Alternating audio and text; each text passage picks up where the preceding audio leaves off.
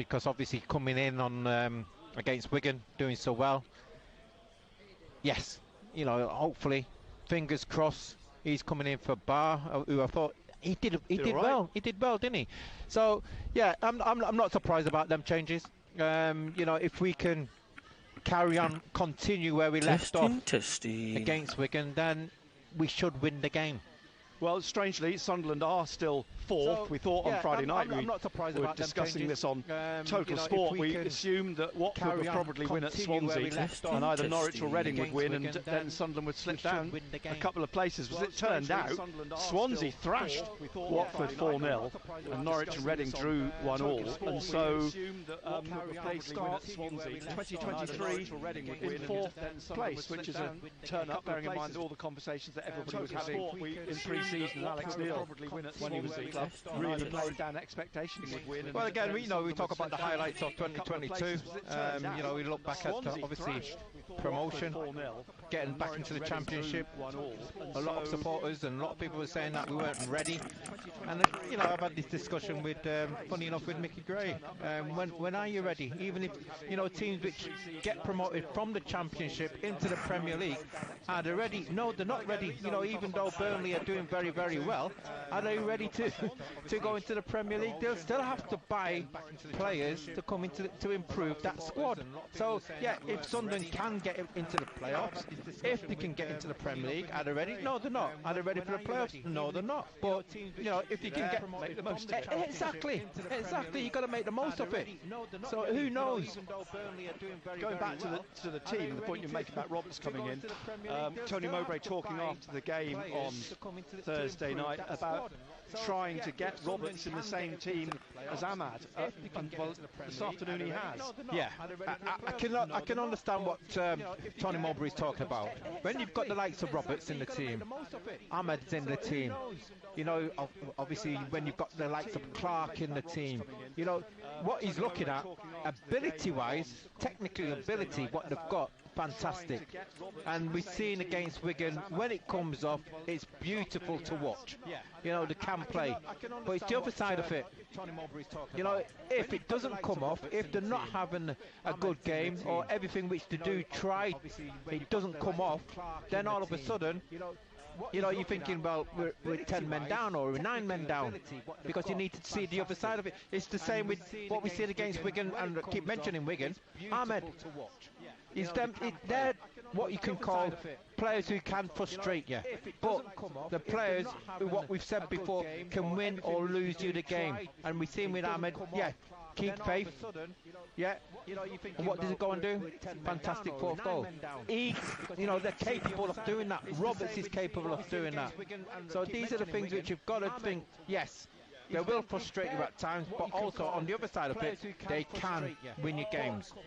There's blue sky above the stand on the far side, the seaside of the stadium here. That always heralds good news. And someone who's hello, Ian Curry. Blue skies, temperate temperatures and conditions is Rob Mason. Good day from Western Australia.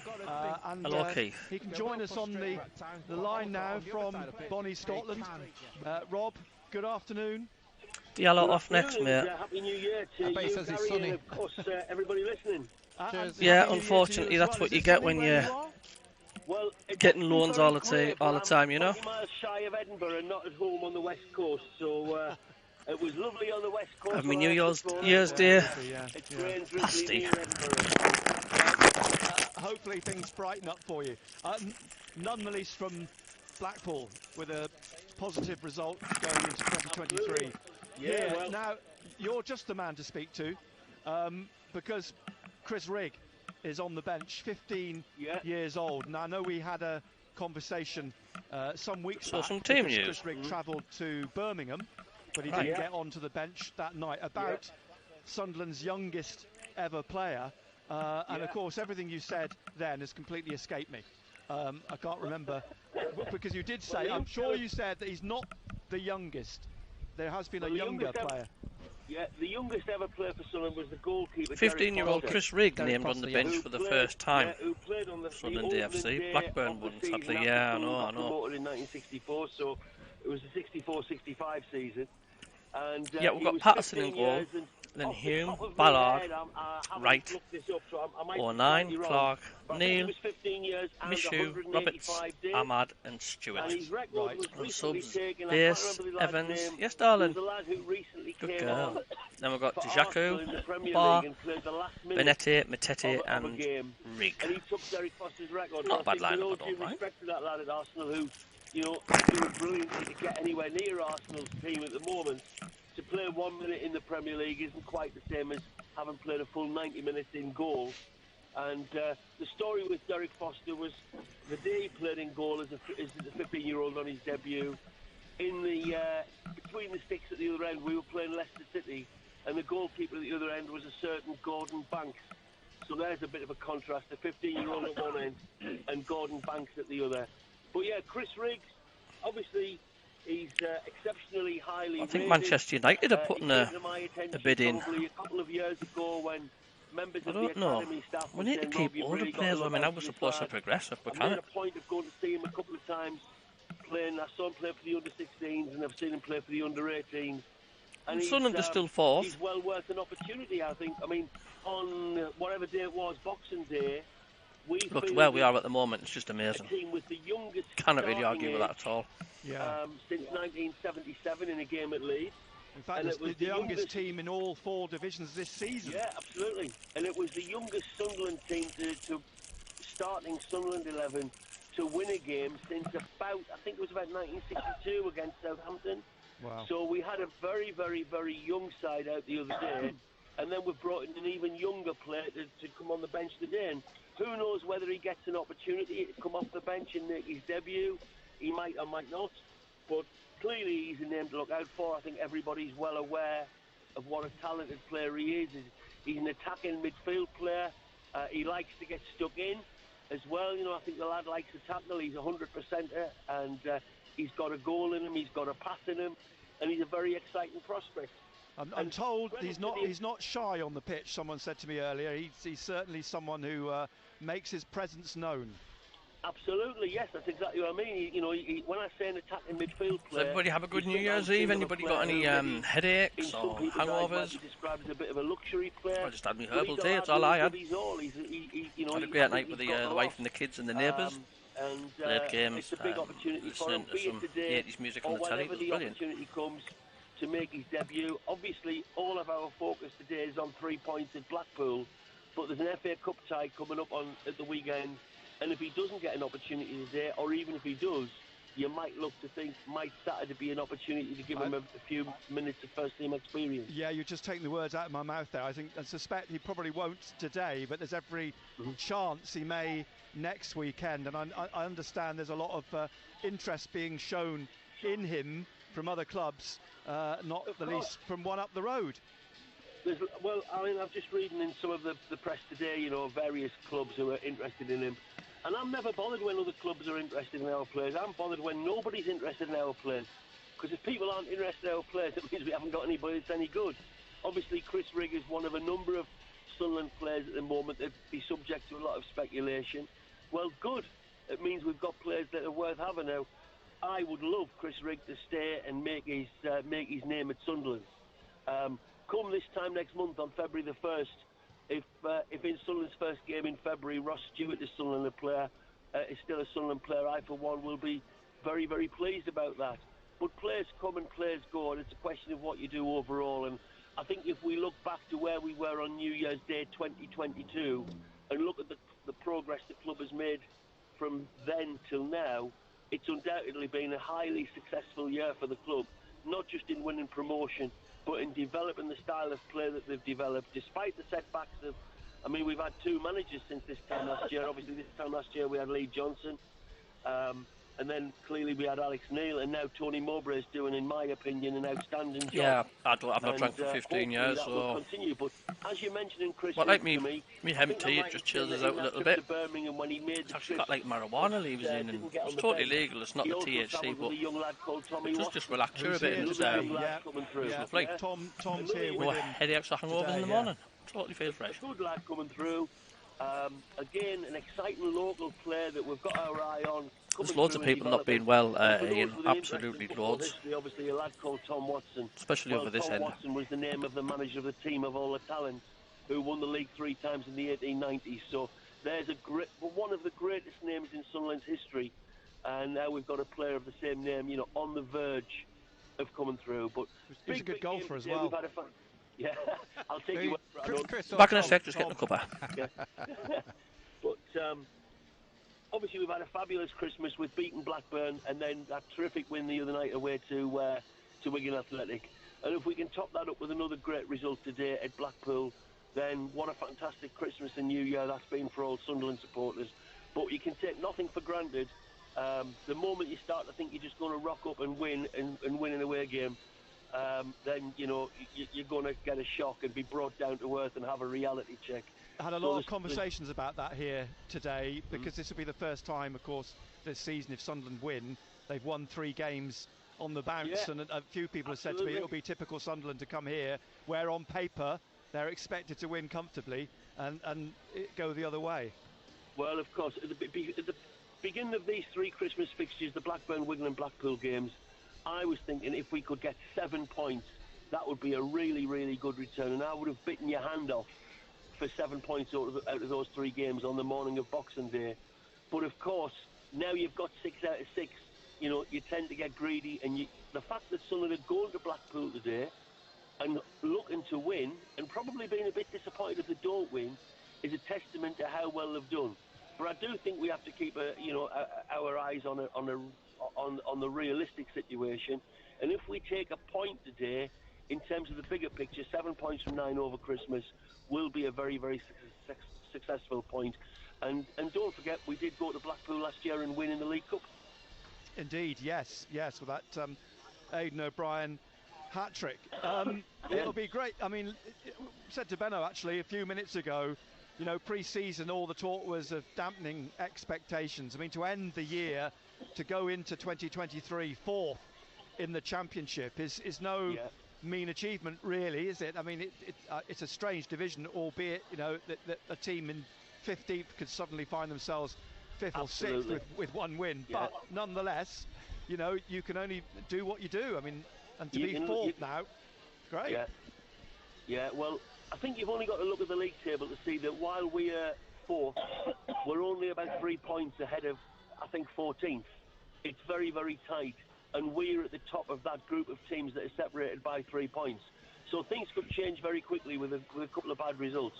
However, like you, I've seen all of the teams in the division now, and I think you look at the league table, Sheffield United and Burnley are streets ahead of everybody else with a massive points gap for the top 2 places. The automatic places are theirs to lose now. They've established that in the first half of the season. But of the rest of the teams in the division, I haven't seen anybody else better than Sunderland. I think the football that we've played has been excellent. I think we've done that despite long-term injuries to some of our best players, particularly Stewart and Ballard, over the first half of the season. And yet, we are where we are, and we deserve to be there. And come the end of the season, if we reach the playoffs, what a magnificent achievement that will be. And the fact is, people can realistically hope that Sunderland can reach the playoffs, and who knows, maybe even win through the playoffs. But that's very much getting ahead of ourselves. I think at the beginning of the season, if you'd said it was a season of consolidation and you finished halfway up the league, that would represent good progress, and that remains the case. But there's every chance Sunderland can go on and continue to put pressure on the teams at the top. We've got a lot of momentum at the moment. We've got the biggest fan base in the division by far. Those fans are very, very content with how the team are playing at the moment, and rightly so, because Sunderland are an exciting team to watch. Of course, I heard you talking a little bit a moment or two ago about Ahmad and so on, and Ahmad and Roberts, and sometimes you'll have games where things don't come off for those players, and you've got to dig in and earn a point or sneak a 1-0 win or something. But on the days that it does come off for those players, they are a fabulous team to watch, and well worth people coming along to actually support the team and enjoy the football. I thought in the first half the other day against Blackburn, I thought we were toying with Blackburn. I thought the link-up play between Roberts and Ahmad was just so much fun to watch. It's a long time since I've seen 2 Sunderland players dovetailing so spectacularly in the final third. And you know, if it comes off for them, I don't think there's any team in the division can live with them. Excellent. Before you go, how old was Gary Bennett when he made his debut?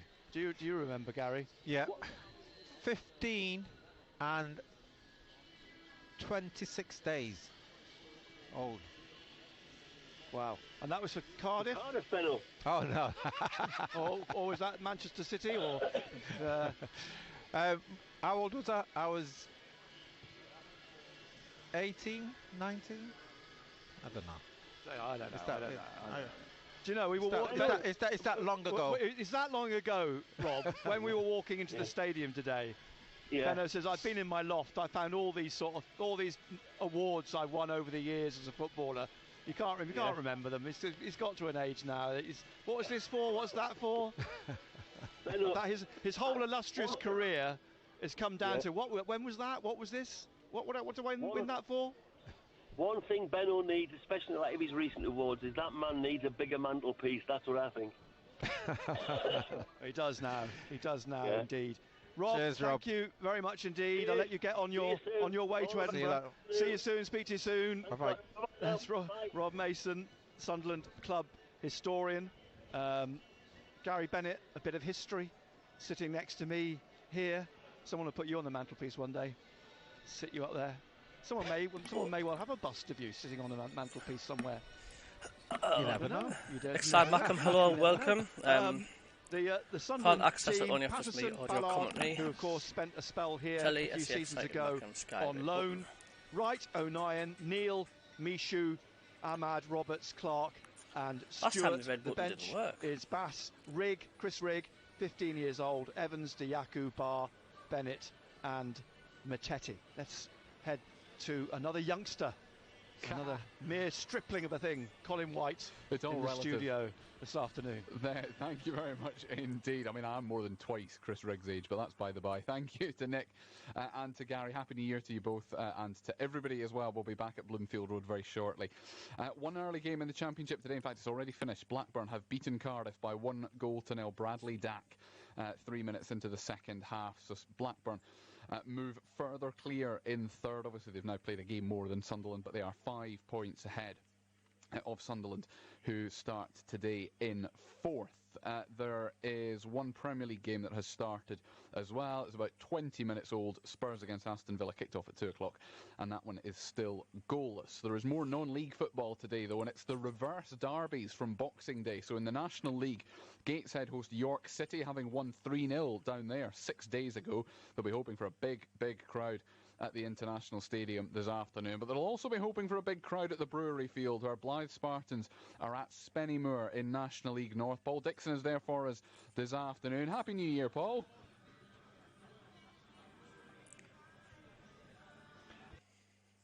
Adam Morton, how are you doing? We knew there was a little bit of a delay that we were going to have to deal with, but that was A, a big delay, and then B, a complete cancellation of Paul's voice. So hopefully we've got him back on the phone in just a minute. Blythe at Spennymoor in National League North this afternoon.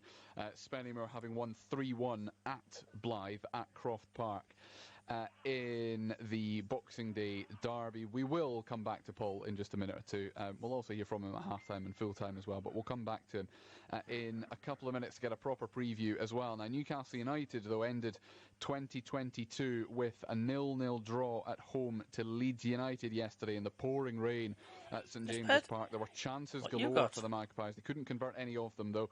That said, the unbeaten run goes on. They've only lost once this season, and that was back in August, and they do still enter 2023 in third place in the Premier League. Here is Newcastle United head coach Eddie Howe speaking to our Newcastle United commentator Matthew Racebeck. Well, it feels like a missed opportunity for us with the number of chances that we create today. I think when I look back at those tonight, one after the other, I'll be scratching. Yeah, I think SCF's excelled. I think the reason why that is because they're not allowed to show a brilliant run of wins, which we've really enjoyed. Today was difficult, but that's all part of the game. Aside from the chances created that you were unable to take against Leeds, what did you think of the rest of your team's performance, the other parts of the game?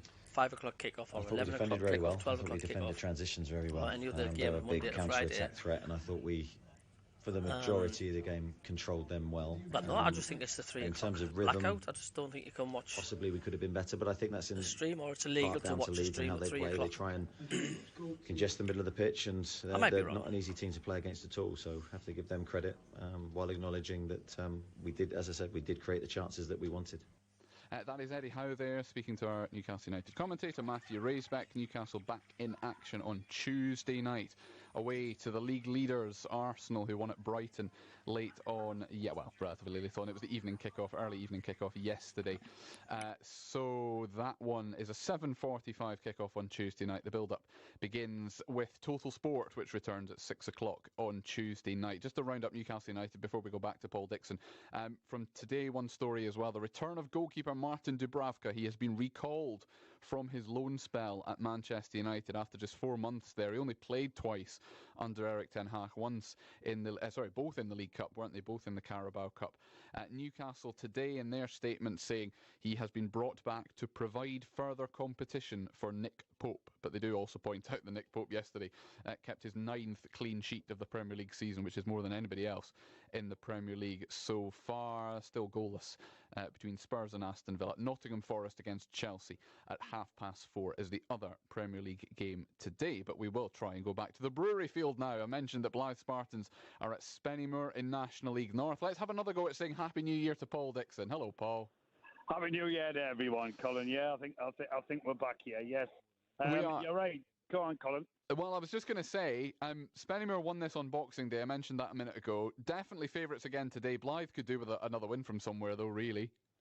Well, you're dead right. I mean, they lost 3-1 at Croft Park, and they were really disappointing. And Graham Fenton was bitterly disappointed with them after the game. And, I think he pointed 1 or 2 of them out, or even maybe 6 or 7 of them, But the problem he's got, Colin, is that he can't make that many changes because there's an awful lot of his squad are injured, and they're sitting just in front of me, and there's about 6 or 7 of them, which I think could be in the team. But, he's got to get on with it, hasn't he? He really does. And, that second bottom at the minute, and unless they start picking up some results, they'll be stranded at the bottom there with Telford, I think it is, who are really struggling. So yes, they've got to get something from the game today, and you'd be really looking to people like Deverdix and Gillies and JJ O'Donnell to try and reverse the score that they had on Boxing Day. It won't be easy here today. I mean, Spennymoor, they're expecting about 1,500 fans here today. I would think there'll probably be a couple of hundred from Blyth, but the Spennymoor fans get right behind that team. And I mean, if Spennymoor win today, they'll move up probably into the mid-table. So they've got a lot to play for as well today, because they don't want to be in the bottom part of the league, Colin. No, they don't indeed. Paul, thank you very much for the moment. Then we will come back to Paul at half-time and at full-time as well. Yeah, the 2 non-league games for us today. Then Gateshead against York at the International Stadium in the National League, and Blyth Spartans at Spennymoor in National League North. Yesterday in the rugby, Newcastle Falcons ended 2022 with a defeat down at Bath. They lost by 24 points to 16 at the end. The rain played a huge part in that game at the Rec. The Falcons actually led at half-time. A try from Jamie Blamire in the first half, giving them a 10-7 half-time lead. But that was the Falcons' only try of the game. Gary Graham had what would have been a wonderful finish ruled out by the TMO. He decided that he hadn't actually grounded the ball. Brett Connon kicked 3 penalties and a conversion, but Bath scored a couple of tries in the second half. Brett Connon also missed a 4th penalty late on that would have given the Falcons a losing bonus point at least. But 24-16 it finished in the end. The result meaning that Bath leapfrog the Falcons in the Premiership table, and the Falcons are now down to 10th, but it is very, very congested. Happy New Year, Adam Morton, mate. In the darts, Chris Dobie flies the flag for Bedlington in the quarter-finals of the PDC World Championships tonight. He takes on the favourite and the 3-time champion Michael van Gerwen in the last of the quarter-finals tonight. It will start sometime around 9 o'clock, but it obviously depends how long the previous match lasts. In the afternoon session, the first 2 quarter-finals taking place. In fact, the first one has just finished. So Dimitri van der Berg, the Belgian, has recorded a 5-3 victory over Johnny Clayton of Wales. So Dimitri van den Berg is the first man through to the quarter-finals. There is an all-English affair later on. Stephen Bunting taking on the world number 4 in Michael Smith. And then the third quarter-final, which is in the evening session, Gerwin Price, a top seed, taking on Gabriel Clemens of Germany before Chris Dobie and Michael van Gerwen get underway. Roughly 9 o'clock, but please don't take my word for that. Tennis, the United Cup in Sydney. Great Britain have booked their place in the City final. It's a convoluted system, but Dan Evans beat Spain's Albert Ramos Vinola 6-3, 1-6, 6-3, so that's 3 matches to 1 victory for Great Britain. And in motorcycling, finally, it's not the greatest story to end on, unfortunately, but Britain's Sam Sunderland has crashed out of the Dakar Rally in Saudi Arabia. The 33-year-old who actually won the race, or won his motorcycling category of the race last year, was airlifted to hospital. His injury is not thought to be life-threatening, though, so we wish him all the very best. But for the moment, that is you up to speed. Time for us to head back to Lancashire for the rest of the build-up to Sunderland's game at Blackpool in the company of Nick Barnes and Gary Bennett. In 2022, you gave us a right laugh. When I was a kid, my Uncle David worked at the toilet paper factory at Prudhoe. I asked my dad what he actually does, and he said, he randomly tests the toilet roll. He sits on the toilet and sees if his finger pops through the toilet roll. And you told us how you've been making a difference. I actually used a food bank myself, and I just wanted to give something back, and it's absolutely brilliant. Cheers for listening. We'll do it all again next year. The sound of the North East at breakfast. BBC Radio Newcastle, making a difference. Looking for Bodvarsson, going to drop for John. Declan John rubs salt in the wound, curls a ball in from 12 yards. It's humiliating. I think words are cheap, aren't they? I mean, obviously it's got to come with an apology. There's no doubt in that, and that is genuinely sincere. Do you know what I mean? Like, yeah, hi guys, just put the bands upstairs. Obviously, I've come in. The team's been on the back here, losing 3 games in the trot. It's a platform in terms of it's a point. We haven't Can lost, you get the red button on through Amazon Fire Stick? I don't think so. Season, through Sky. We've got a lot of work to do. And Bart lifting it up, looking for the run of Clark. Go on then. Clark down the left. Stewart's cutting into the centre. Clark taking on Story into the penalty pool. Get in! Get in! It's in! And Roberts has scored! Roberts from 3 yards has put the ball under Peacock Farrell in the 4th minute of added time, and Sunderland now have pulled the scores level and lead 2-1 on aggregate. Through the middle, cleared though, up to O'Nien. Now Pritchard running through on this is Embleton, and he's opened up, carved up a gap down the middle. Embleton still going, he's going to shoot. Goal! Woo! What a finish! What a goal that is! Elliot Embleton has smashed it from 22 yards right down the middle. It's his own work. He cut through the centre, saw the opening and smashes it home in the 12th minute. Roberts inside to Pritchard. Pritchard still going in the edge of the penalty area. Low shot. Yes! Goal! Scored! Get in! Ross Stewart! Pinpoint accuracy brilliant times. into the bottom left-hand corner, and Ross Stewart may well have clinched promotion for Sunderland. It's a great opportunity for me, and I think it's a great opportunity for the club in terms of where we find ourselves. Probably the key factor was probably the ownership. You know, I think they're widely renowned in the game as one of the best owners. I think they give you everything that you Evening, need guys. on and off the pitch. Evening. As a manager to succeed. Happy New Year to you all. Appeals to me because Happy New Year. I think any good manager wants to be accountable for obviously the decisions that you make. Where have you been? And shape the things going forward. Just lays it back off behind him to Clark. Clark going here through to the edge of the penalty area. Still going. Clark still going.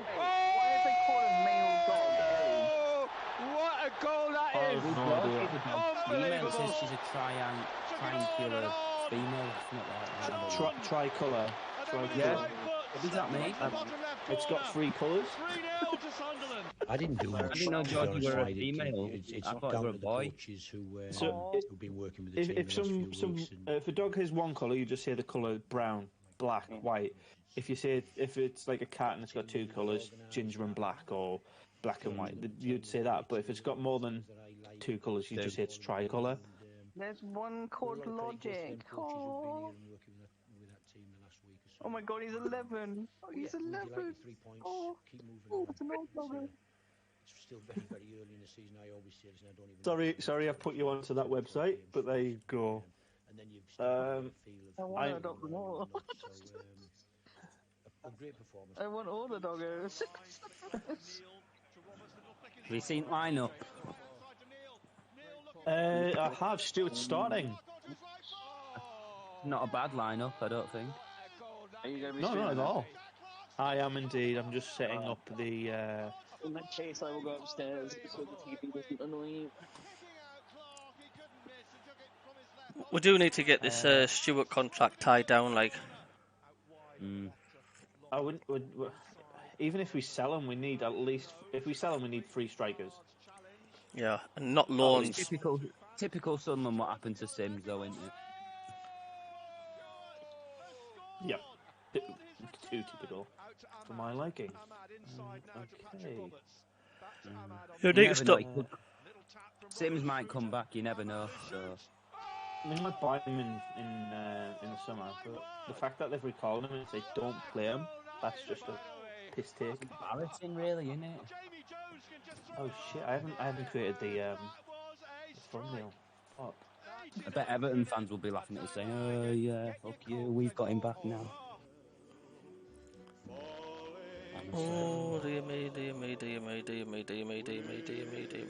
Copyright. What's copyright? Oh, I'm recording live on my stream and they're just singing. They just played Wise Men Say for about 3 seconds. Wise Men. You can have it up to 7 seconds. So YouTube. There's a player on the bench who's 50 called Rigg. One of our players. For Sunderland?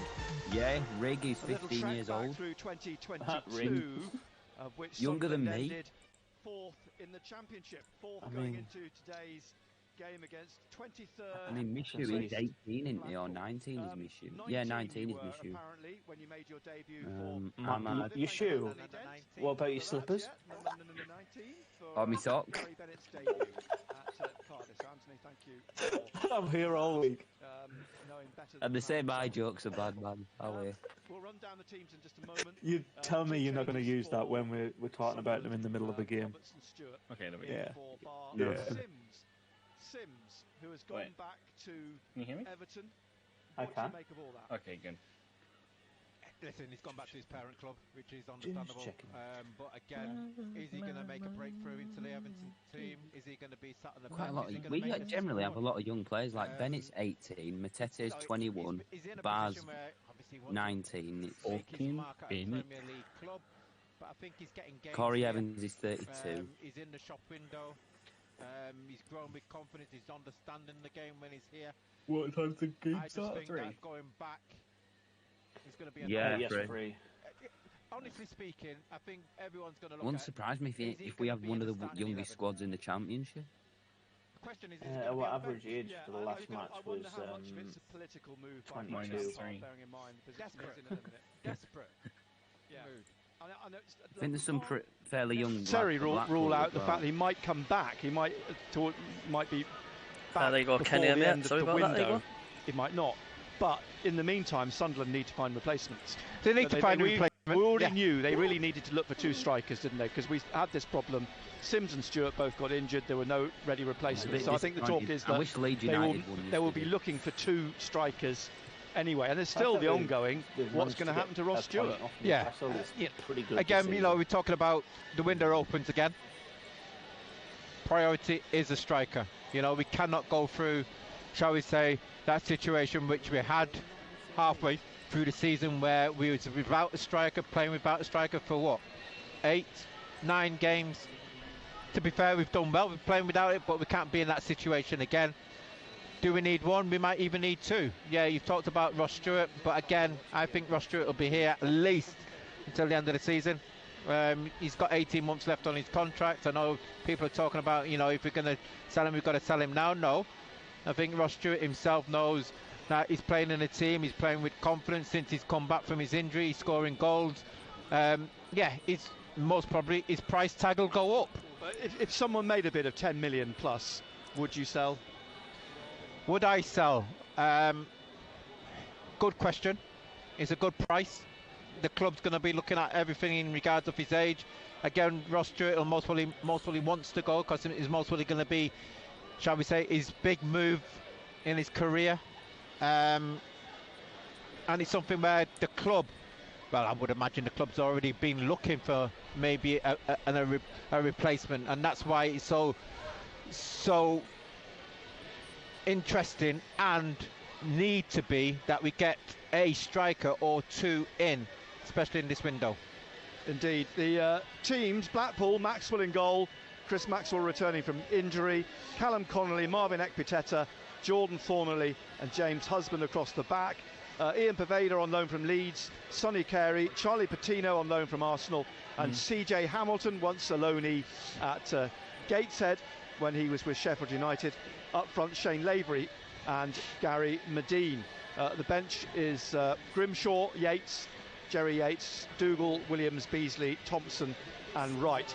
Sunderland, Patterson in goal, Ballard, he was here on loan a couple of seasons ago, Wright and O'Nien, Neil, Michoud, Ahmad, Roberts, Clark and Stewart. The bench is Bass, 15-year-old Chris Rigg, Evans, Diaku, Barr, Bennett and Matete. Total Sport. BBC Radio Newcastle. BBC Radio Newcastle live at Bloomfield Road. That was me. Full commentary at 3. Blackpool, Sunderland. Well, we know all about Sunderland, the run they're on. What about Blackpool? Ian Chisnell is the commentator for BBC Radio Lancashire. Watches them week in, week out. Ian, what's gone wrong? Yeah, I never. Well, first of all, talk about the run you're on. Blackpool are diametrically opposite one. No win in 8 since the heady days of October, when they took great delight in hammering Preston here, and everybody was bubbling, bouncing. Went to Coventry the week after, who incidentally are a good side, and won and played very well, the best they've played this season. And since then, they've hardly looked like winning. In truth, Nick, they're short all over the park. They need a big January window, or they're in deeper trouble. I mean, are there funds available in January? We're led to believe so. There's £4 million from the Josh Bowler business sitting, burning a hole in somebody's pocket, and of course that went through with seconds of the window remaining, so they couldn't spend that on any replacement, and that has really hurt the side. The most creative player, the best player at the club by far, and they simply haven't ever looked like replacing him. I mean, looking at the team, I mean, when I was doing my notes for the game, yeah, there are some players in there which you think probably wouldn't, as a rule, make a championship first team squad, lower league, non-league, whatever. So obviously some square pegs in round holes at the moment. But Michael Appleton's an experienced manager, and so it still comes as a surprise that the results that they're picking up. You're quite right. There's a lot of the squad, a lot of the team that are going to be out there today who are maybe top-end League One players, but not quite Championship. 2 or 3 are. They've relied so heavily on Gary Medine, who's been absolutely outstanding. He's got the captain's armband now, and he's led by example, but there's simply not the quality around him. Michael Appleton, took the job, was made several promises, we're led to believe, which haven't been seen through. Which seems to be a recurring theme here. Yeah, it does, despite the change in ownership. Recruitment didn't go well. A couple of people failed medicals, evidently, when they looked as though they would strengthen the side. The loan players that have come in just simply haven't done it. Charlie Patino from Arsenal might be left out today, in my view. He's got all the talent in the world, but he's a boy playing a man's game, and you know what the Championship's like. It is relentless. People are finding that out. The boy Fiorini from Manchester City played 3 games, looked as though he might be good, did a hamstring recurrence. He's gone back to Man City. Don't think we'll see him again. And the quality of the loan players just simply hasn't affected and improved the side, which is basically what it's all about, loans. I mean, Sheffield United 2-1 on paper, that looks not a bad result, bearing in mind Burnley and Sheffield United do seem now to be running away with the top 2 positions. But does that not tell the whole story? They were game, they battled, which has been the theme since October, but the quality wasn't there, and Sheffield United got it in abundance. 2-1 maybe flattered Blackpool a little bit in the first half. There was streets of difference between the two sides, but Blackpool at 2-0 down got a goal back, and it seemed to reinvigorate them. And some will say they were probably in the end maybe unfortunate not to get a point, but when you're in the bottom three, a point here and a point there is not going to get you out of trouble. I think Tony Mowbray, if he was honest, it's not something he'd say as a head coach or manager in a press conference. He would have looked at these two games over the New Year, Wigan and Blackpool, and said, look, that's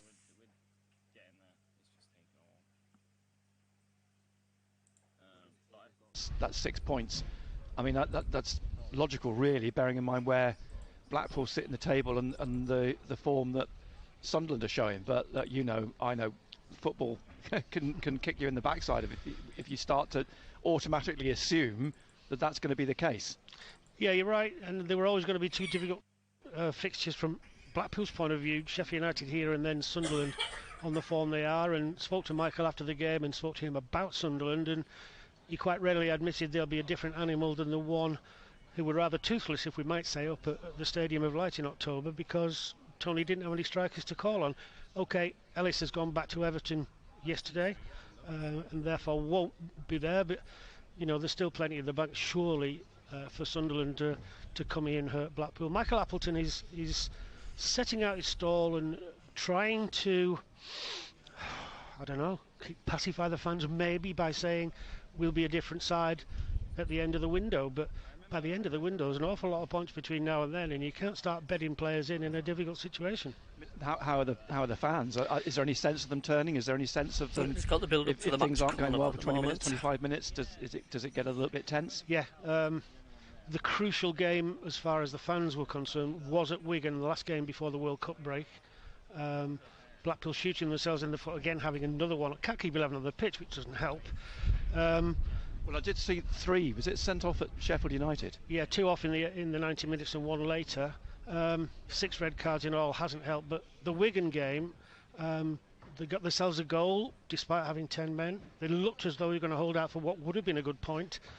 And then one of their own came back to hurt them. Curtis Tilt glanced a header in late on, and 4,000 travelling fans, even with my headphones on, I could hear the "you're getting sacked" in the morning. I thought that might be a point where on the Monday morning they might have pulled the trigger and made a change. When they didn't, I'm pretty convinced now they're not going to, and he will get the chance, I think, to rebuild a second squad for the second half of the season. But once you're under that line, it takes some getting out.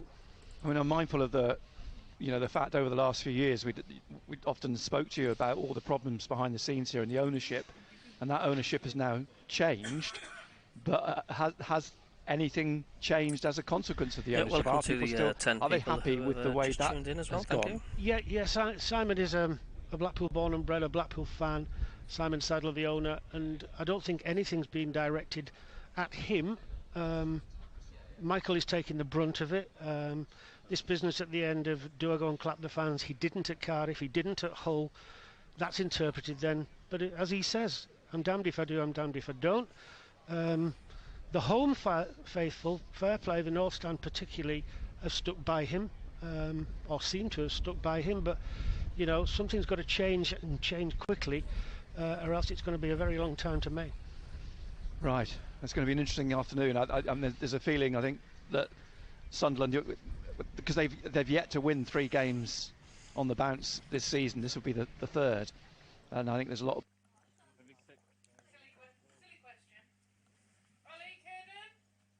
Sunderland to slip up today. I mean, it's a hard. I think it's a hard one to call, actually, on the back of them staying down after Wigan and the euphoria of that particular win, and then obviously the win on Boxing Day, and it's a must-win game for Blackpool, really, isn't it? Yeah, they need something, and they need it quick. If they are to keep the fans on side and to go into the win, I mean, the FA Cup game, I don't think is anywhere near Michael's priority. I think there'll be some squad players given time at the weekend against Forest, but this is a huge afternoon. If they could just somehow from somewhere sneak a win, if that's in Sunderland's own ability to shoot themselves in the foot, which they have over the years, as you know, there might be a different air of feeling going out of this ground tonight, but it's a big ask. Well, it's interesting because the league, you know this league, and this season, it's extraordinary. I mean, I think on Friday night, if Norwich had beaten Reading, they could have leapt from 12th to 4th. I mean, it's not beyond the realms that Blackpool, a couple of weeks. Today, I was listening to it coming in. Blackburn Rovers are playing Cardiff, and the boss man Andy Bays came out with a stat to say that Rovers are third in the league with 39 points. Stoke City and Hull are respectively 17th and 18th with 30 points. 9 points between the wonderful feeling of looking at a playoff charge and then lose a couple, you look over your shoulder. And Blackburn, was it 113, lost 12? I mean, it's just extraordinary. Yeah, it is. And, well, Jon Dale Thomason, he must wonder what the league is, because not to draw a game is just absolutely unprecedented in my view. It is. Ian, a pleasure as always. Thank you very much indeed. Ian Chisnell from BBC Radio Lancashire. Total Sport. On the station with Newcastle and Sunderland commentary exclusively live. BBC Radio Newcastle. Bluefield Road then, we're 10 minutes or so away from kick-off here. The pitch doesn't look great. Someone mentioned it before. It doesn't look like the sort of pitch that will allow free-flowing football. You mean like a bowling green? Like a bowling green, but I mean, compare that to your day and some of the pitches then. But it certainly doesn't look great. It looks lovely to me. But yeah, I know what you're talking about. Compared, looking at pitches now, they're like a bowling green now. Usually it suits teams who can pass the ball about, it zips about on the surface, and you can see that it's a little bit chewed, but to be fair, it's still in good nick. Yeah, I think all pitches these days are, aren't they?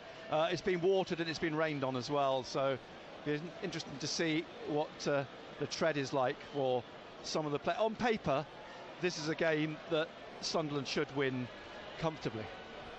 Well, on paper, but you know that they'll step up. Blackpool, because they're playing against Sunderland. They'll try to prove a point. They're not having the best of times. They'll make it difficult. It's just how we go about the game.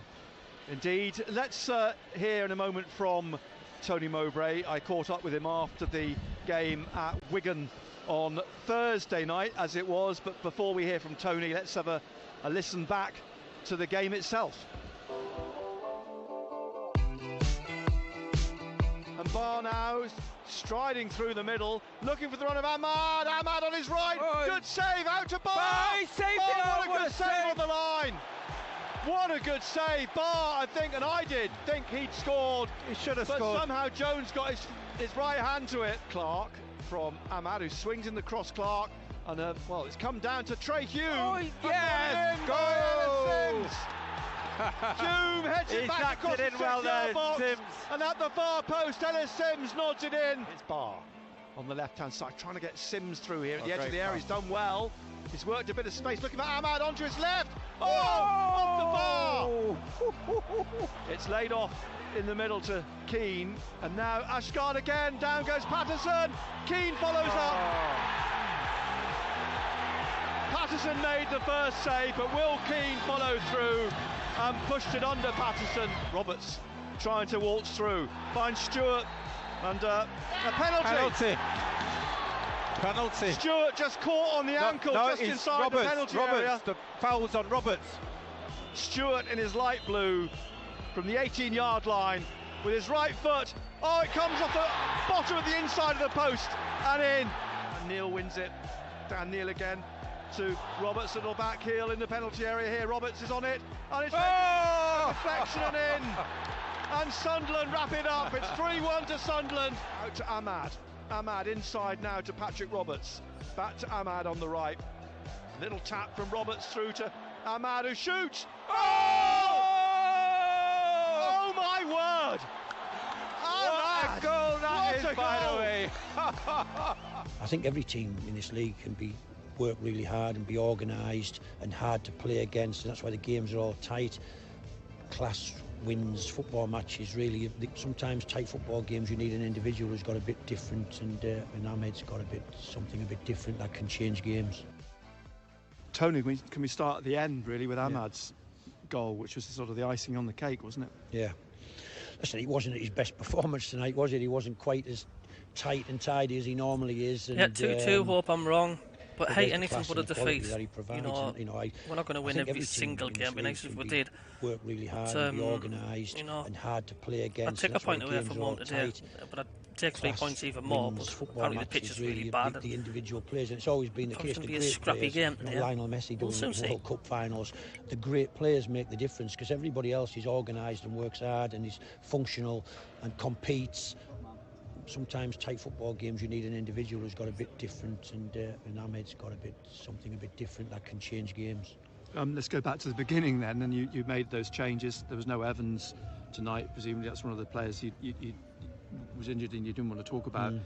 Yesterday, Mishu came in, tidy, did a job. Sims, you decided to start with.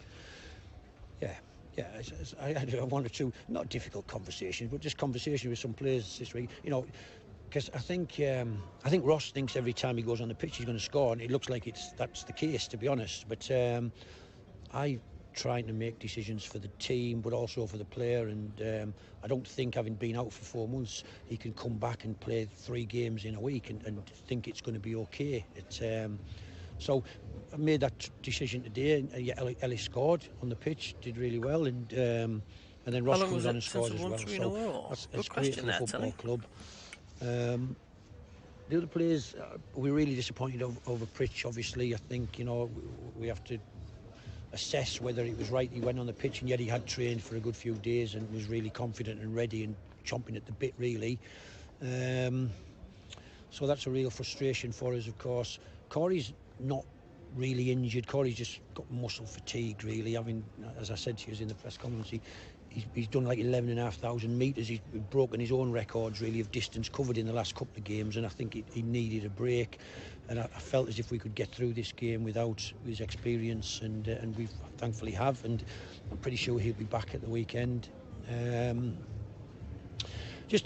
Danny Bath might be joining the party in the next few days. We'll have to wait and see. Dennis Sirkin might rejoin the party in the next few days.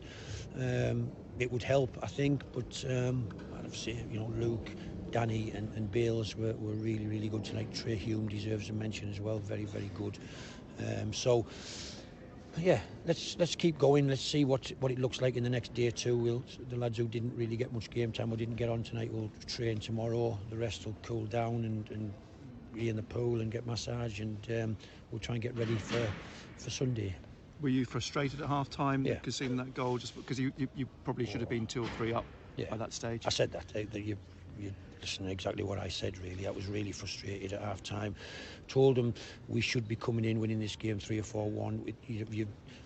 You let them off the hook, really. I felt as if they were wary of us, is probably the best way to say it, the talent on the pitch, and they didn't overcommit too many men to a press. They didn't play with the energy that I saw them play at Middlesbrough, with a lot of energy, and I said to you, they had 17 shots at Middlesbrough's goal, and I thought they were quite a dangerous team, to be honest, and yet it felt a little bit as if they were on the back foot against us from the start, and we should have. Again, I think it's lack of experience. You have to smell when a team's there for the taking, really. You have to smell, be really positive, overcommit. You've got to get men in the box. You've got to push in. You can almost leave man for man at the back because they're not really trying to attack. They're trying to survive. And and I think them were all learning experiences for the team. And so it was a frustration at half time that we hadn't got the job done by then, really. But trying to be respectful to them, they did carry a threat in that last 10 minutes. They got a goal, and they're always dangerous. Until we got the second or third goal, it was always in the balance. They were always capable of scoring again. You made those substitutions. Ahmad seems to feed off Roberts in a sense. He seemed to be sort of, I'd say, losing his way, but as you say, it wasn't his best game. But Roberts being on the pitch with him, he does seem to feed off him. I think I've said to you, I've said to plenty of people, we have to find a way of getting them both on the pitch, and yet because of our lack of defenders today, I felt the only shape to play, keeping people in positions that they know, was to play a back three, really, and it took Patrick out of the team, whereas it's a bit harsh on him, but because he's as I've said to you before, I'm not sure there's a better player in the league than Patrick Roberts, and when he's playing with Ahmed, who's a real high quality talent, it's quite amazing to watch them really playing together, nicking it round the corner, little ones, little nutmegs and bouncing 1-2s. It's quite fantastic, and must be frustrating to play against. my job is to try and find a way of getting them both on the pitch at the same time. It might not be from the start all the time, but because if the game dictates we need to play a different formation, one of them will be left out. But because the team is more. Telly's just asked on my chat, so. How long is it since Sunderland won 3 in a row? Together. Nick Barnes and Gary Bennett, MBE. BBC Radio Alex Newcastle. Neil this year. Teams led out by the referee Tim Robinson, all in black. He was in charge of the game. Saw Sunderland beat Millwall 3-0, but also in charge of the 2 games at the Stadium of Light, which Sunderland lost to Burnley and Norwich. A former footballer, so at least he should have a decent perspective of the game. A huge orange flag being trailed across the north stand by Blackpool supporters away to our right, but we are right in the middle of all the Sunderland fans here at Bloomfield Road, which you may be able to tell on the radio. Well, all the best, that's all I can say. Yeah, surrounded on both sides by the Sunderland fans here at Blackpool this afternoon. Sunderland make 2 changes. Patterson's in goal. Ballard, who was on loan here a couple of seasons ago. Wright and O'Nien. Neil and Mishu. Ahmad, Roberts, Clark and Stewart. Hello, yeah. Looks like you've got Max Headroom on the chat there, Ant. Bass, 15-year-old Chris Rigg. Evans, Diakubar, Bennett, just see a big heave. And Matete. Tom Watson and Ellis Taylor are also with the squad, but non-playing members of today's 18. Blackpool, Maxwell in goal, Connolly, Ekpiteta, Thornley and Husband to back 4. Paveda, Carey, Patino and Hamilton across the middle. It looks like you're doing a video for the Beastie Boys. Medine, the former Carlisle United striker, born in Gateshead, he is up front, and the players now assembling around the centre circle with the officials, because we will have a minute's applause, of course, after the very sad news. So let me know if you can all hear the commentary and you can hear me loud and clear.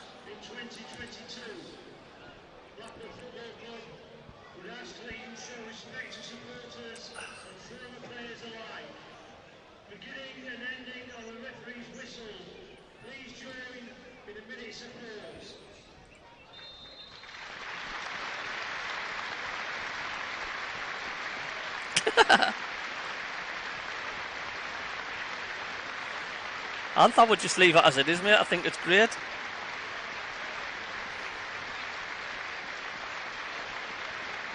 I thought just leave it on, seriously.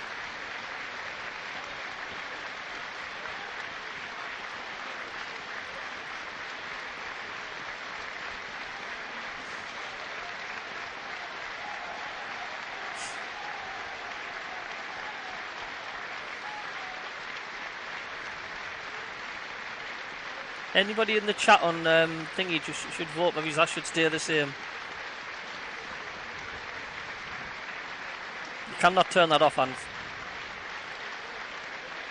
Cheers, Ken.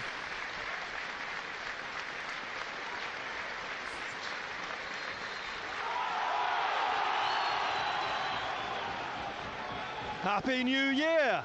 2023 about to get underway in footballing terms. 2023. Thank you. Did I say 2022? I'm sure you did, but it's age. I know. It's an age I know. thing. I know the feeling. I'm clearly another year older. Indeed. Things can only get better, can't they? 4th in the table. Will they be 4th later this evening? Can they beat Blackpool here? It's 4th against 23rd. Anthony looked like Paul Daniels there. Your head was get wide. As the referee takes the knee, so do the Blackpool players. But Sunderland players do not. And it's Sunderland who get the game underway. Ahmad, who's got a bandage round his left wrist, gets the game started. Here's Ballard Happy New on Year the right-hand side. The players, of course, wearing black armbands in respect of Pele. And the ball out for a throw. Yes, Keith. Here on the right-hand side to Sunderland. I'm not too sure if it was local supporters from Sunderland half. Blackpool. One thing to show is that Gary Medina will put himself about. New Year for Sunderland. And the lad who plays on the right-hand side, CJ Hamilton, is very, very quick. I'm told I did say 2023. Oh, sorry. It's my ears. It's an quite age all right. thing. You're getting old. So, yeah, CJ Hamilton, as you say, has got pace.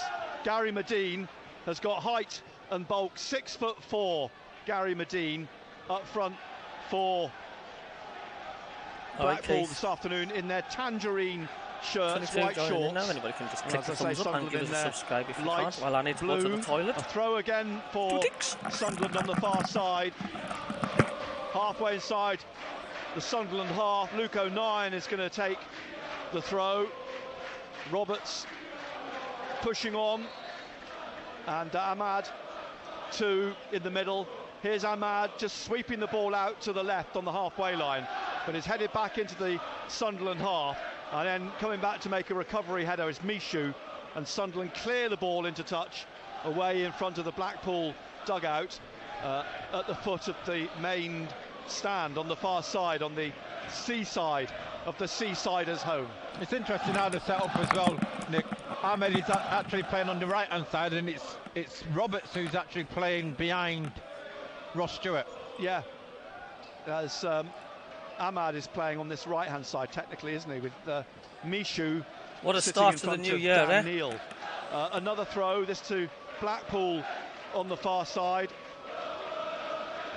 Halfway inside the Sunderland half. Connolly trying to get the ball up to the corner of the Sunderland penalty area. Bailey Wright heads it powerfully away, back up to the halfway line. Jordan Thornley, who's back in the side for Blackpool this afternoon, heads it on, the former Everton centre half. And in goes Carey, sliding in the middle, and eventually winning a throw. Yeah. CJ Hamilton, Chris Hamilton, CJ is known as, leaving the throw for Callum Connolly. And now Roberts winning it back, gets it inside, but they've lost it, Sunderland, and trying to open up an opportunity. A good block. Well, a great shot from the middle by Ian Poveda, who's on loan from Leeds United. He's not the biggest, but he's certainly got a good shot away, but it was blocked. But the ball headed back by Husband, James Husband, the former Middlesbrough defender, to goalkeeper Chris Maxwell, in for Daniel Grimshaw this afternoon. His first choice Maxwell, but was injured the last couple of games. A quick ball up to Medine at the other end. Surely that was a push on Bailey Wright by Gary Medine. The referee Tim Robinson is behind the stanchion, so I couldn't see what his decision was. But the fact is that Patterson's picked the ball up and is bowling it out, so no free kick. 4th minute, Blackpool 0, Sunderland 0. Patterson all in yellow, bringing the ball out here and then kicking it up towards Stewart. And it's just held back by Thornley, and the ball bounces through to Maxwell, all in green, away to our right at the foot of the north stand, the Blackpool Tower end of Bloomfield Road. In the middle, Poveda is trying to get the better of Michu. It's holding him off at the moment and gets the ball out on this left-hand side, but it just rolls away from Shane Lavery behind. It's going to be, it's interesting, isn't it, Nick?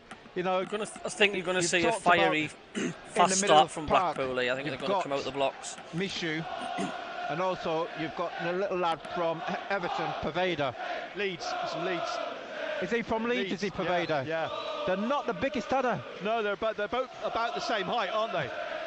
I mean, Ian Poveda's 5'6". You couldn't say Michu's much taller than that. Here's Stewart in the middle, inside the Blackpool half, and lays the ball here back to Ballard, who gets it out quickly to Ahmad, flicks it inside to Roberts, back to Ahmad, back again to Ballard, out here on the right to Trey Hume, and Millwall 1, Rotherham 0. I think it was Spurs 0, Aston Villa 0 as well earlier. I forgot to mention. And 0-0 at half-time. I forgot to mention Hume. Everton weren't doing so shite, Sims wouldn't have gone back. Hume here on the right, and a throw. If Everton weren't doing so crap, Sims would still be here. Goal kick is being given, not a free kick over the far side. CJ Hamilton thought he was fouled,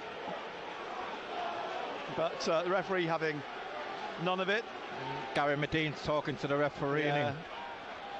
Tim Robinson a word with Gary Medine, 32 years old now. He was signed from Cardiff, his last club in 2020. And Patterson then with the kick up through the middle. It's going to be headed away by Ekpiteta up to the halfway line. Medine lays it off, and now it's picked up on the left-hand side by Husband. And Husband away down the left. Hume goes to make a challenge and a throw to I like the way that Gooch has been replaced by Hume. It's always inventive.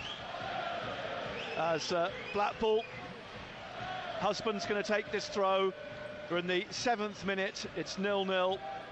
Here's Poveda getting it out to Husband. Poveda on the goal line almost, trying to cross and wins a corner. Hard to see down to the corner because all the Sunderland fans are standing and we can't see through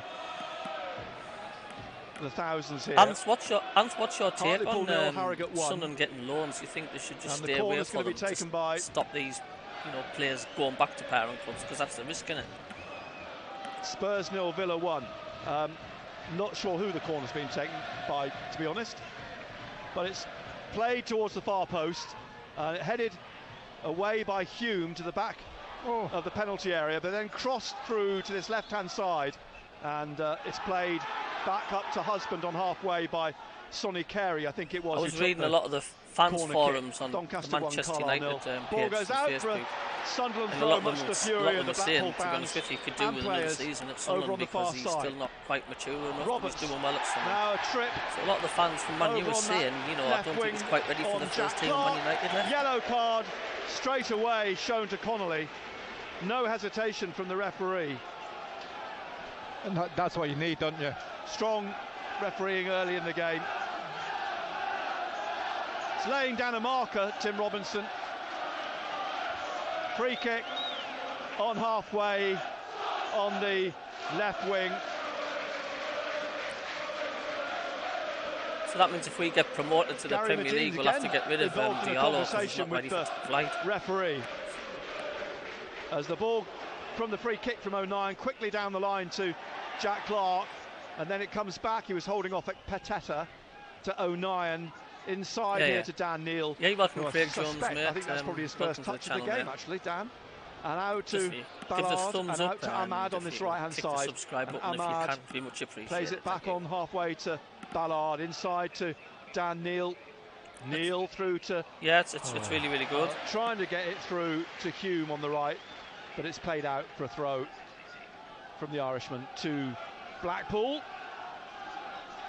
Husband will take this.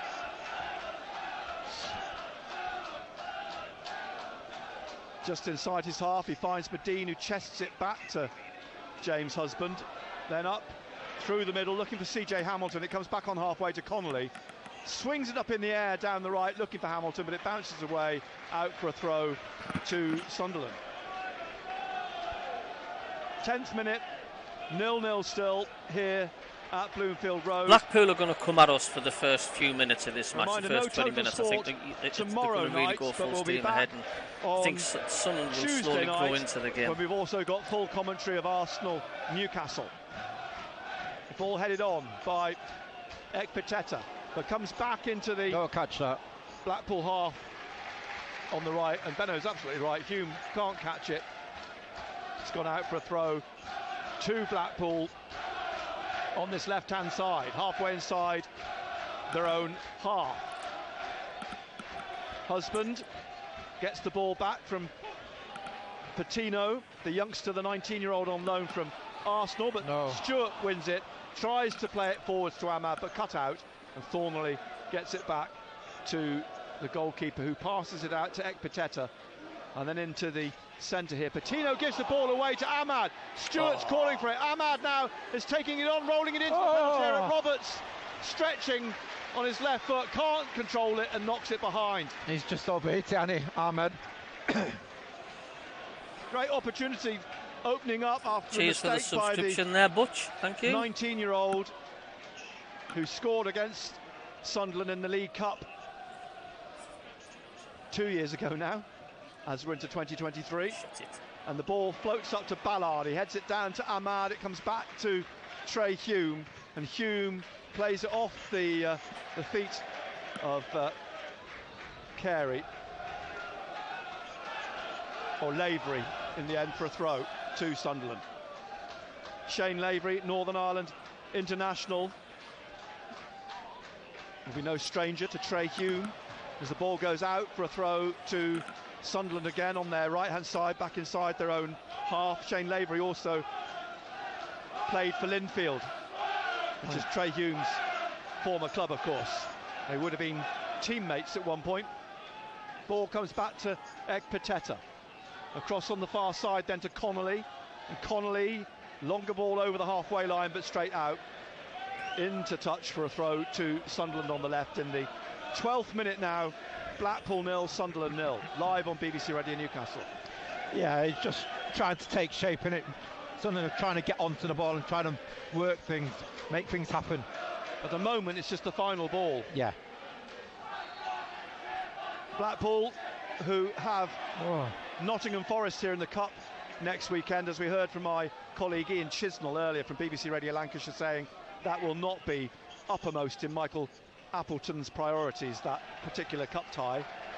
Likewise, Sunderland at Shrewsbury next Saturday, and I'm sure we'll see a lot of changes in that particular game as well. Here's Hume inside to Ahmad again, who's showed a little pair of clean hills initially, but then finally Patino gets the ball away for Blackpool. Lavery trying to get onto this, but across comes Ballard and smashes it into the stand here of all the Sunderland fans. And it's still 0-0, and it's a throw down the left-hand side for Blackpool, which Husband will take as he disappears amongst the heads of all the Sunderland fans away to our left, who you can hear volubly on your radio. 0-0, the ball's gone out for a goal kick. I was a bit unlucky as well. I was jogging doing across to retrieve the ball here, and as we creep I was one question away from winning £22.30. And the question I got stuck on was that it kept asking who the dressing manager is. Do you know who it is, Jake? Could you help us out yesterday? Two centre-halves either side of him, O'Neill and Bailey Wright. Ballard's out on the right-hand corner of the penalty area, and Patterson's kick floats up into the Blackpool half, headed away by Thornley from Stewart, but Roberts nods it across to Clark on the left, just inside the Blackpool half, and it's whipped off the feet of Dan Neil by Poveda, back to Thornley and back to the goalkeeper. Coventry 1, Bristol City 0. The ball comes out here, down below us, just short of halfway for a throw on the right to Sunderland. Ballard's just waiting for the ball to be returned. Ballard gets it back. Mishu coming across inside to Dan Neil. He's looked, I thought he might have been fouled there by Medine, who sort of went through him, but he doesn't complain. Dan Neil picks himself up. The ball goes out for a throw to Blackpool on the left, which Husband will take again for the home team. Excuse me for yawning, guys. It was a late night last night. I wasn't drinking. It goes, and Hume nods it down to Ahmad. Lovely little touch from Ahmad to roll the ball back and then pass it across to Jack Clark on the I don't drink. Teetotal. Clark into the Blackpool half to Roberts, back to Clark on the left-hand side. He rolls it back to Dan Neil. My wife's just laughed. Can you just shut up, because you're making me look like an idiot. And O'Neill now pushing on. What day is our Friday night football on next week anyway? Wide. He's looking for Roberts down Wednesday, the left side of the penalty area. The overlap coming from O'Neill, but it comes back outside the box to Dan Neil. And then there's a trip, was there, on O'Neill? The referee doesn't think so. O'Neill picks himself up. Roberts has the ball, finds Stewart, trying to get it back in here to Luke O'Neill. He's on the goal line. It's pulled back, but Thornley manages to hook it away in front of the goalkeeper. Comes back in, and nearly curled in by Clark, but round the post for a goal kick. Yeah, excellent play again on that far side between Roberts.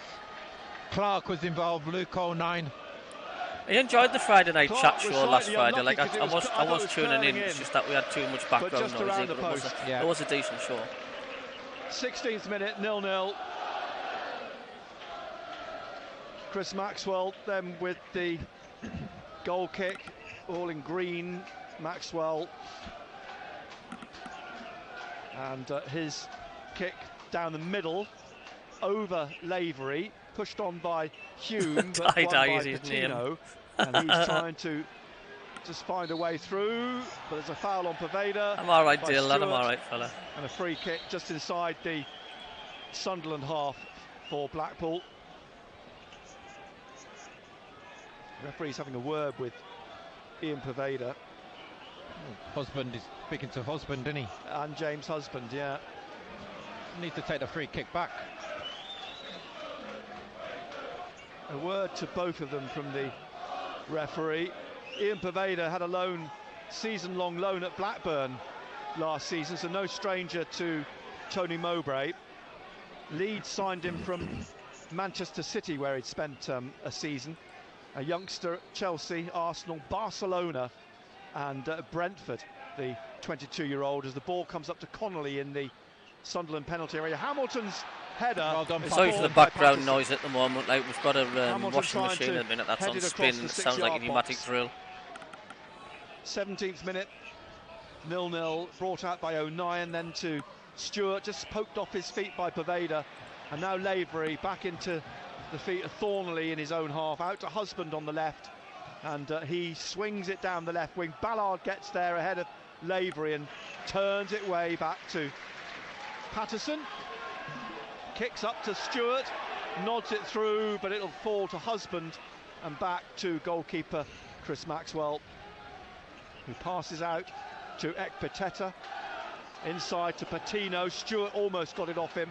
Patino kicks it low, plays it through the middle to Poveda. Dan Neal in front of him. Poveda plays it out wide left to Lavery. The overlap coming from Husband. Lavery's tried to curl this in for Medine, but taken by Patterson. Poveda and Patino did. He's busy, isn't he? Yeah, he's good passes on the ball. At the moment, is Poveda's running things through the middle. I'm going to try and keep an eye on him. Patterson throws the ball down at the edge of the penalty area. 18 minutes played, Blackpool 0, Sunderland 0, live on BBC Radio Newcastle, as Poveda again on the ball here. There's 3 Sunderland players around him. He gets it out to Lavery, back to Poveda. He's being tugged back by Michu, and it's a free kick. And I think there could be a yellow card here for Michu. Poveda is busy. He is, isn't he? Yeah. It's going to be a yellow card. Michu, yeah. Yellow card to Michu. At the moment, Michu's finding him a problem. Apparently there's 7,000 Sunderland fans there. I wouldn't be surprised at all, Ian. Everything from Blackpool's perspective is being played through Poveda. Yeah, he's busy. He's on the ball, making things happen, and Michu's struggling a little bit to find his feet, isn't he?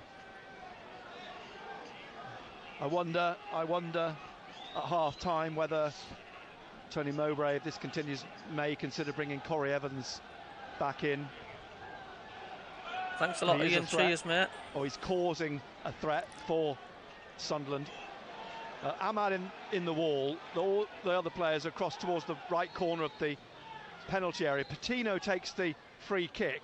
It's headed goalwards by Connolly, but easily taken by Patterson, and it was going wide anyway. So quickly upfield, Patterson's kick, looking for Stewart, who's wide left. Carey's gone across there with him. Stewart battling with him in the corner to try and win the ball back off the Blackpool midfielder, and in the end stabs the ball out for a throw. Ross Stewart down there on the right for Blackpool.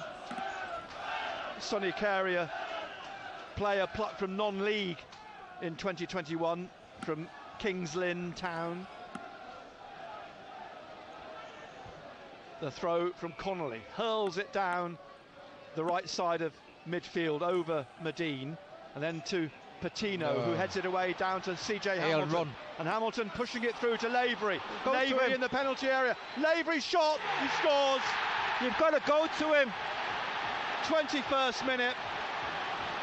Hamilton's pass. Wide open at the back there, like. Shane Lavery gives Blackpool the lead. Yeah. They broke there, but tell me what Trey Hume was doing. He's got to go towards the ball. You've got to go and approach him. You've got to go and face up to him. He's just let him run and get into the 18-yard box, into the box and put the ball away. You've got to go get across. Well, it's a wake-up call. We said they're causing problems, Blackpool, and now they've got the ball through to Lavery, and he sprinted through and played it under. We haven't done much up front at all. Into the bottom left-hand corner. Wide open there, Nick. Yeah. You know, Hamilton was able to pick the ball up. He had time and space. He's played the ball through, but how much space and time did Lavery have? Oh, he had acres of space for starters. But then you're thinking, well, go on, the Sunderland team were drinking last night by any chance? But he didn't. Such a soft goal to concede, but hopefully it's a wake-up call, Nick. Yes. 1-0 to Blackpool. 22nd minute now. And a throw for Sunderland on the right, halfway inside the Blackpool half. Ahmad waiting to get the ball back here. He'll leave it for Hume to take the throw. Drops to Ahmad, who's caught by Shane Lavery, and a free kick to Sunderland. And in fairness, I think Lavery got the ball, he just took the man as well. Well, going to read some of the social media comments. We've gone 1-0 down. Game already. Now Blackpool are right up deserved the lead. Blackpool we started very poorly. Yeah, they've done nothing. Michu doesn't know where his head is. How easy was that? You know, their second bottom get Michu off because he's a liability. Every opportunity.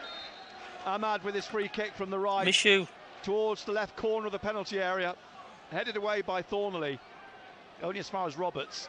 He rolls it down the left wing now. It's swept in by Hume, and it's caught by the keeper at the second attempt. And have they swapped? No, Hume's coming back across here now. For a moment I thought maybe they were going to switch Clark and Hume, but Hume's back over on this right-hand side. And here's the goal, the kick from Maxwell. They're definitely up for a Blackpool like more than us at the minute. Ahmad leaps above Hudson. The sharper, the ball comes down the to more Roberts, alert. But Patino tackles him. It's a throw just back inside the Sunderland half on the right, which Hume need to bring takes Sims quickly on to Ahmad. And Ahmad now wheeling across through the middle, laying it off to O'Nien. Forwards to Clark, back to O'Nien, and out to Dan Neal in the middle. And Neal back to Luke O'Nien. O'Nien through to Roberts in the middle. Up to Ahmad now, onto the halfway line. Hume's out on the right, Stewart's through the middle. Out to Hume on this right-hand side. And he curls the ball towards the far post, but it's headed away by Thornley before it reached Stewart. And now Poveda gets it across to Hamilton. Up to Medine, back to Hamilton. And O'Nien goes to close him down, but Hamilton gets it inside to Carey and back to Connolly. Connolly is offside. Offside, surely Medine. Well, it's kept the flag down, but when that ball was played, he was in an offside position. Sunderland have won it back. Hume to Michu. They are playing with confidence, Blackpool. And now to Ahmad. Ahmad, husband goes to tackle him, pushes him Blackpool over. Are it's a free kick again. And then you've got to say, Sunderland. You know, Sunderland should be in the referee's ear. So how many times? Ahmad then picking himself up. This free kick, central, just forward of the centre circle. Blackpool leading here by a goal. Someone says we'll never turn up against Blackpool, not surprised. Here on BBC Radio Newcastle. Turns grey and sultry again, the sky above Bloomfield Road. The free kick taken by Michu, pushed back to Ballard. Then Bailey Wright, back to Ballard. Ballard forwards to Ahmad, right side of central midfield in the Blackpool half. Ballard again, back onto halfway to Michu. And then back to Bailey Wright. Wright over on the far side to Clark, trying to just drop it down the left of the penalty area for Stewart, who tumbles down. Blackpool clear. Medine heads it down to Hamilton on the right wing. Clark has to chase back and get in front of Hamilton. He's done well, Clark. gets the ball off him, and now brings it out up to halfway. Hamilton sticking with him. Clark turns, plays it back to O'Nien. He drives it across the field, out into touch, throw to Blackpool. Yeah, I think they just need to settle down a little bit, Sunderland. Throw halfway inside their own half. James Husband. I don't think we've threatened their goal this season, have we? New Year, same old Sunderland. Finds Paveda. Back to Husband. Paveda again, challenged, tackled by Hume. Another throw from pretty similar position inside the Blackpool half on the left-hand side. Husband will. Mishu's getting loads of stick off the fans at the minute. Hands to take the throw. And Paveda again in close. Mishu's getting a lot of stick. Lavery down the touchline. He's looking for Medine though. On the fans are just seeing his heads all over the place. He's a yard off all the pace. He's a yard off the pace. Hume back to Ballard. Ballard into the middle. Luke O'Nien and forwards to Dan Neil. Out to the right now to Ballard. Up to halfway. Comes off Lavery. Another throw to Sunderland right down in front of us on halfway. I think we're going to do things quicker, aren't we? Do you know, I was about to say the same, they need to speed things up a bit, don't they? We're just walking pace, sloppy walking. And now Hume inside in the middle to Bailey Wright, across to Luke O'Nien. Forwards now to Roberts, spins, he's got caught on the ball. Ball played out though off Carey for a throw to Sunderland on the left. Clark takes it, back to O'Nien, forwards down the touchline to Clark, who cuts back inside here onto halfway. We need to start playing quicker football, like we need to start passing it quicker. We need to Luke O'Nien on the left. Speed it up a bit. Stewart now on the shoulder of Ekpiteta down the left side of the penalty area, pulls it back into the path of O'Nien and just gives it away to Paveda, and Paveda's sprinting away. O'Nien's chasing him. Paveda's still going. He's left O'Nien. He flicks it into the penalty area. You've got to book him. Down he goes. You've got to book him. And that's got to be You've got to book him. Yeah, they're falling apart here, like. For feigning the trip. I should think so as well, referee. Well done. He tried to pull O'Nien just really give the ball away there on from an attacking position. He went down to he knew he'd lost the ball. He pushed it too far ahead of him. But that's a warning again, Nick. He's picked the ball up. We've lost the ball. New Year, same old Sunderland, says Dean. Kenny says we must have been on the pitch last night. In the heart of our defence. Yeah. If he had picked his head up, he could have picked Lavery up again on the left-hand side. He was free. Huddersfield 1, Luton 0. 1-0 to Blackpool here at Bloomfield Road. It's just the Sunderland we're on. Ballard trying to play it through here to Roberts. Now to Ahmad, just a few feet from him. Ahmad still going. Lavery tried to stab it off him. Patino gets the ball back off Ahmad to goalkeeper Chris Maxwell. And now into the centre circle. Paveda's trying to win it again. Roberts goes down. I think the ball was played quite hard against him. He's hurt. Hey? Clearly, Roberts. Yeah. Referee stopped play. He's struggling. He is struggling. He's sitting up now, and now on his knees. I think it caught him in the you-know-whats. I think that's why he's in so much pain. Or is it upper leg? I don't know. He's Pete Brown's having a look now. Is it knee? Is it knee? Is it his knee? And he's up on his feet again. All the players, bar one, Thornley, have taken an opportunity to go across for a drink or coaching or whatever you like on the far side. Roberts walking off to the dugouts on that far side. 1-0 to Blackpool. We're in the 30th minute. You're having a drinks break. Drinks break, isn't it? The referee nearly -2. Tim Robinson seems fairly relaxed about it. All the players drifting back on now. 30 minutes now played. Shane Lavery gave Blackpool the lead in the 21st minute. The ball comes back to Patterson. Patterson outside his penalty area in his bright yellow, leaves it for Ballard in his light blue, across to Bailey Wright. Coventry 1, Bristol City 1. They've switched it now. Roberts has come on the right-hand side. Ahmad's gone into the centre. Into the centre, yeah. 09 out to the left, plays a poor ball. Right you'll see a different performance second half, I think, from us. Villa 2 in the Premier League. The ball back with Chris Maxwell. Yeah, I do think we'll see a different display second half. I think Mowbray will give him a rollick. Throws it down at the edge of his area. And I think you'll see a different second half. Blackpool won't be able to keep this pace up for 90 minutes. I mean, not when the position they're in the league as well. Headed on by Carey, but eventually back through to Patterson at his feet. Nearly caught by Lavery, and Hamilton was lurking as well. If it's still 1-0 at half time, I would say yeah, I can. But away from Stewart, back to the goalkeeper, Maxwell. And it's just not happening for Sunderland at the moment. Blackpool lead 1-0. Medine trying to head it on into the path of Poveda, but Sunderland get it away through Ballard. It's a throw to Blackpool on the far side. Callum Connolly, former Evertonian, will take the throw on that right side, about 50 yards Tottenham inside Aston Villa 2. Sunderland half. Tim Robinson encouraging to get on with it. Headed away by 09. Another throw to Blackpool on the far side. No, just aim for Gary Medine. Feed off the bits. Blackpool's last win was October the 29th. A long throw here. No, short to Poveda. Down to Thanks Connolly for the again, trying to come past there, Clark. Henry. Cheers. Wins another throw. Connolly again to take. 2 wins it were at the end of October here against Preston and at Coventry, but they've not won since. And now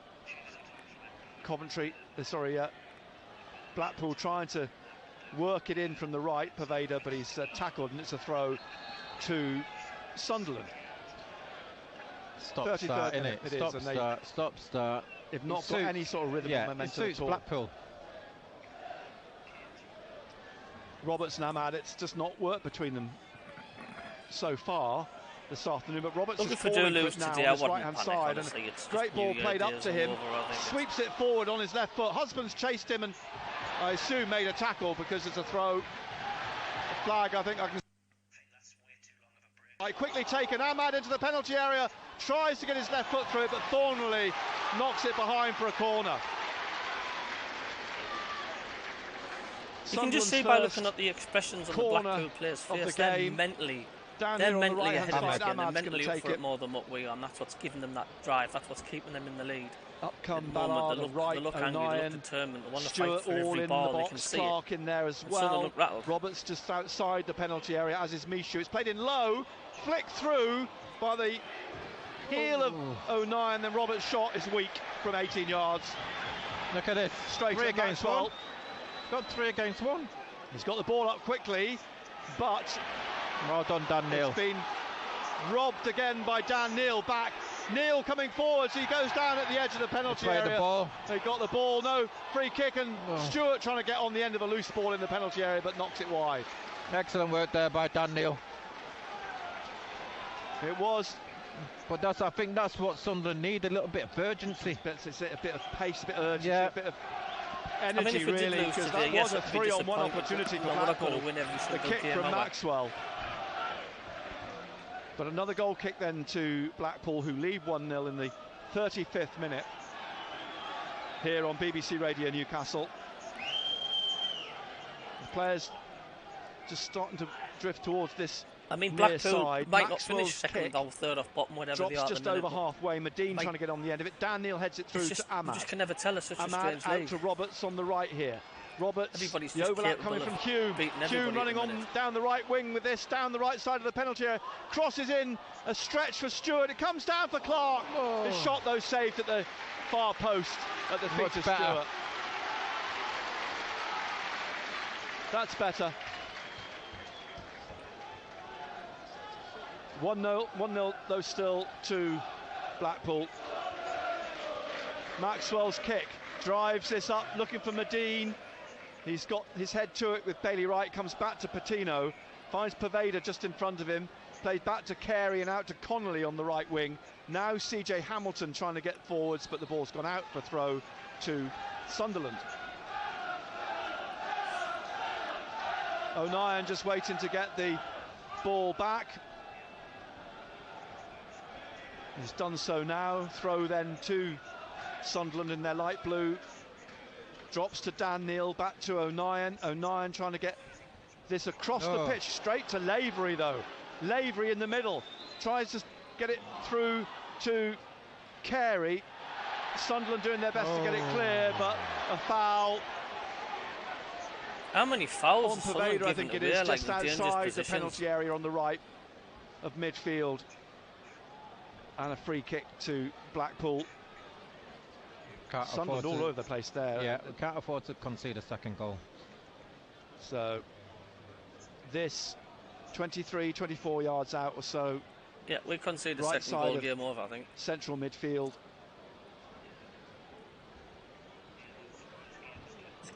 Carey's over the ball. Yeah, I think Carey. Is it Connolly behind him? There's three of them now around it. Patino's there too, and I think he's fancying it, isn't he, with his left foot? Yeah. Charlie Patino. Everyone lined up on the 18-yard line thereabouts, just to pick maybe a foot or so in. And it's Carey who comes forwards with his right into the wall. Ahmad trying to break, but it's come back here now to Husband. Husband plays it to Connolly, who swings it away to the left at the edge of the penalty area. It's a strong header out by Stewart. It'll be allowed to roll out by Husband for a throw to Blackpool. The 38th minute, the home team leading 1-0. Shane Lavery with his third goal of the season, his second in the Championship. He scored in the Nations League for Northern Ireland this season as well. The ball's headed out by Ballard for another Blackpool throw down this left-hand side. Smell of pies wafts through this stand as Sunderland trying to stop Paveda again. He crosses, he's curled one round and through the penalty area. It's gone behind for a goal kick this time to Sunderland. He's pulling the strings, isn't he, Paveda? He is. I think one thing which we're not being good at in this first 45 minutes is picking up that second ball. And I think that's why I wouldn't be surprised to see Corey Evans come in. I could see a change being made at half time. I could see Evans coming into. Yeah, I reckon Corey Evans will come on and Mishu will go off. Stop Paveda, stop the playmaker for Blackpool. We're in the 39th minute now, and Hume nods the ball back to Anthony Patterson. Who would you guys like to see? He bowls it out on that left-hand side to Bailey Wright. Which is open right now, by the way. Just chipping it up towards Stewart, who nods it down, but away from Mishu. And who's onto it? Paveda. The edge of the centre circle, pushes it through to Medine. Paveda's trying to get on the end of it. Dan Neil, good tackle. Turns away and gets it forwards to O'Nien now. And O'Nien runs into trouble, and it's won back by Patino, who gets it forwards to Carey. And Carey now looking to get it up to Paveda, who just lays it off to Hamilton. Hamilton down the right of the penalty area, dribbling into the penalty area to the goal line, pulls it back. It comes off Patterson, but then put away behind for a goal kick. That could have gone anywhere. Hamilton's pace again causing problems down that side. Really sloppy today, like. We've talked about it before the kick-off, Nick, didn't we? About his pace. It will cause you problems. Mishu back to Patterson. Lavery trying to put him off. He gets it clear, but only to Carey. Carey on the right of midfield, lifting it back into the penalty area. It comes down to Hume. Half-hearted appeals for a handball, but out to Roberts. Roberts trying to shake off Husband. Roberts going past him, puts it through the legs of Patino. Roberts still going. Roberts now towards the edge of the area, but runs into Thornley, who blocks him and gets the ball clear. Ballard now trying to do the same, gets through and finds Roberts. Roberts to Ahmad in the penalty area. Couple of step overs, trying to get down the right of the 6-yard box. Stewart's shot blocked by Ekpiteta and out and cleared on this left-hand side by Paveda. One back by Mishu. Mishu to O'Nien.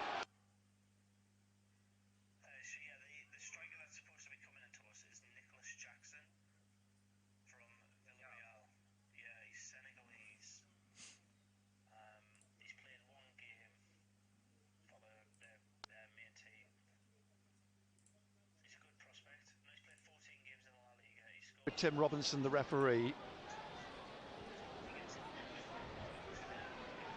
Players towards the far side. Roberts suddenly shrugs his shoulders, his arms out. Best bit of play we've had the whole of this game, the last 5 minutes. Drops for Lavery. Medine just behind him out to Hamilton. And Connolly's wanting it. Hamilton just taps it back behind him to Carey. And then forwards down the right of the penalty area, but it rolls away out behind for a goal kick to Sunderland, or a kick which is taken quickly by Patterson. Out to Dan Neil, lays it off to Bailey Wright, through then to Michoud. Michoud in the middle of his own half. To the right here, Ballard. And Ballard out to Hume. On halfway, on the touchline, on the right, back to Ballard. The 42nd minute. Now to Bailey Wright. And Wright to Ahmad. Ahmad over the halfway line, through to Roberts, back to Ahmad. Ahmad now trying to get it to Roberts again, little back heel, and the chase for Stewart, but the keeper's out there quicker to fall on the ball. Still Blackpool 1, Sunderland 0. Just get in 1-0 down at half time, lads. 1-1 obviously for us. Grey and dark again. A second, and I think we'll above Bloomfield Road in the 43rd minute, creeping up to half time. Maxwell's kick is a big one, headed away by Ballard. Patino lobs one up to the edge of the area. O'Nien has to turn it away from Hamilton. Hume has to leap above Lavery, drops for Patino just at the edge of the centre circle, leaves it for Carey now, Connolly, and Connolly back to his goalkeeper just at the edge of the penalty area, and Maxwell drives this up over halfway, up to Medine on this left-hand side. Medine leaves it for Lavery. Chasing back is Roberts. Lavery going away down the left touchline and eventually flicked out for a throw to Blackpool. This just yards up from the corner on the left-hand side for Blackpool in their tangerine and white shorts. Husband strolling down to take this throw. Possibility it might be a long one into the penalty area. Lavery's coming across now though, and Husband also has Patino. He finds in the end Poveda, and Poveda is trying to shake off Michoud, and now Husband gets it, but tackled by Hume, and Hume is trying to get away from Lavery, who made a challenge into the middle. It breaks, and Poveda wins it again off Michoud and tries to get away from the Frenchman, and Poveda trying to slip it through now to Carey. He tried to square it, he gets it back.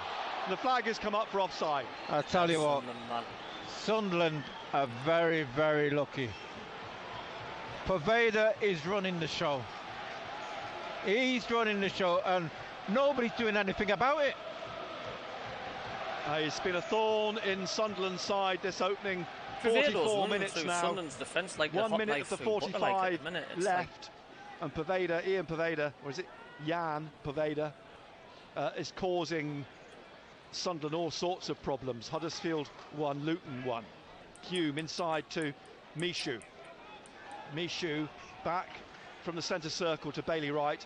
Forwards to Michoud again, now to Ahmad. Ahmad for Roberts, just ahead of him, and back to Ahmad through the middle. He's looking to get it down the left to Clark. Clark's touch lets him down. Great ball from Ahmad. I tell you what, great combination play between Patrick Roberts and Ahmad. Great pass there. Great. Cheers for the subscription there. 1,097. He just ran onto it and it just knocked it out. Subscribers away from 1,100. When you look back, Nick, I think that just sums up Sunderland in its first 45 minutes.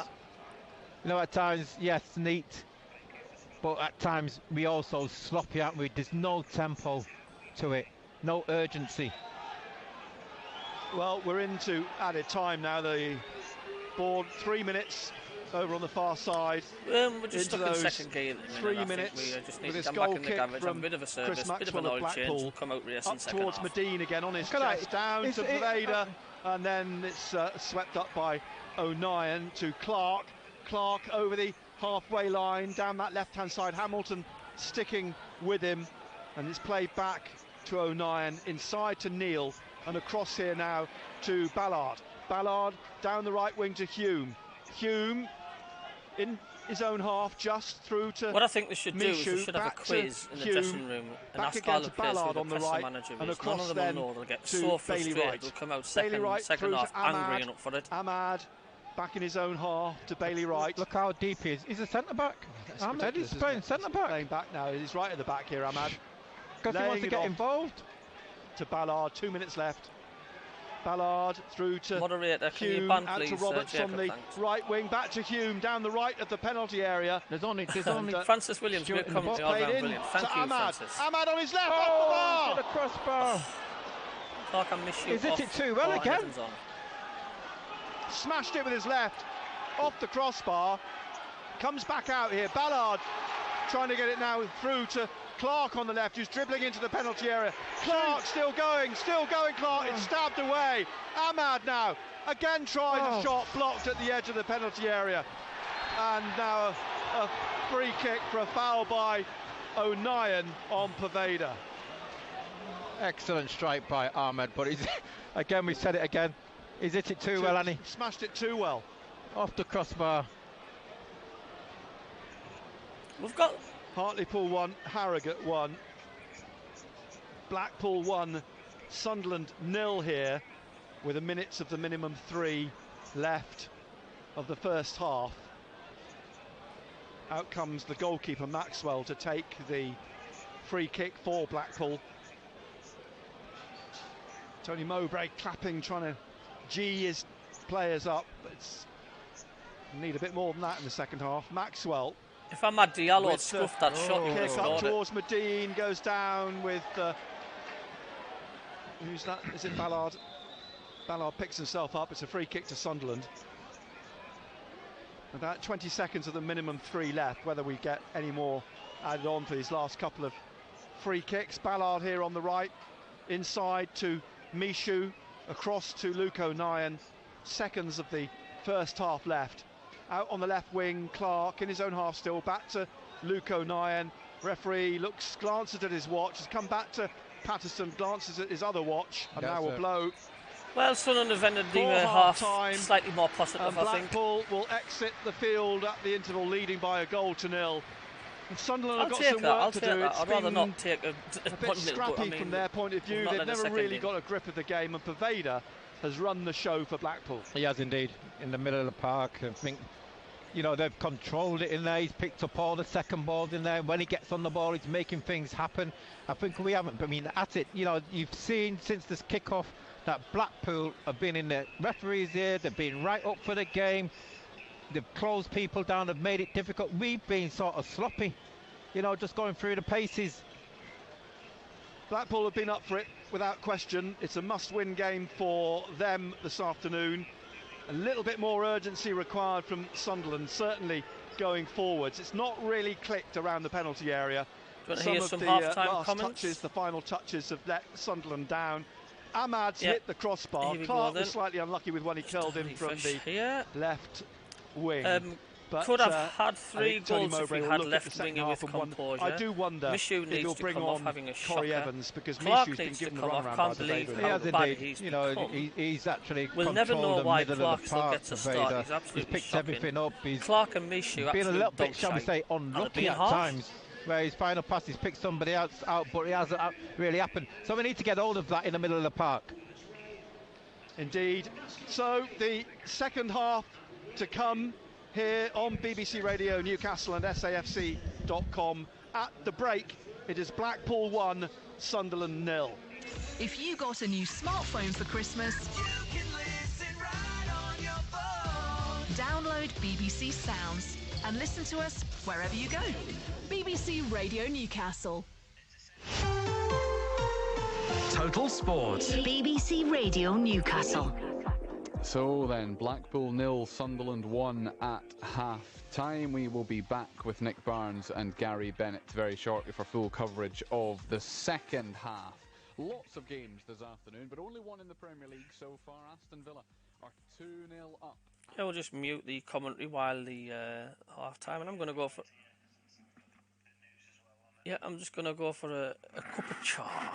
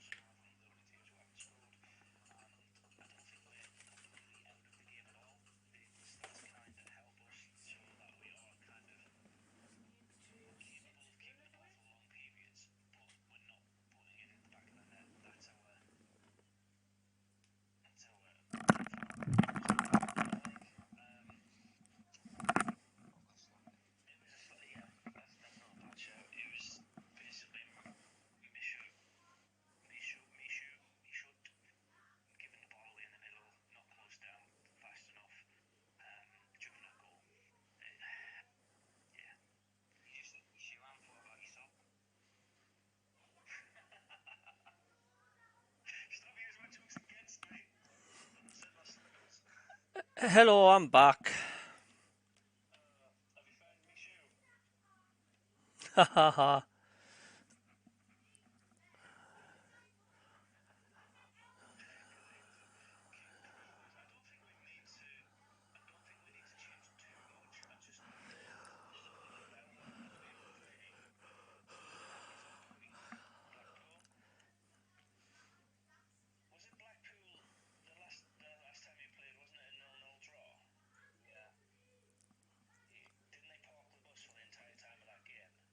Yeah.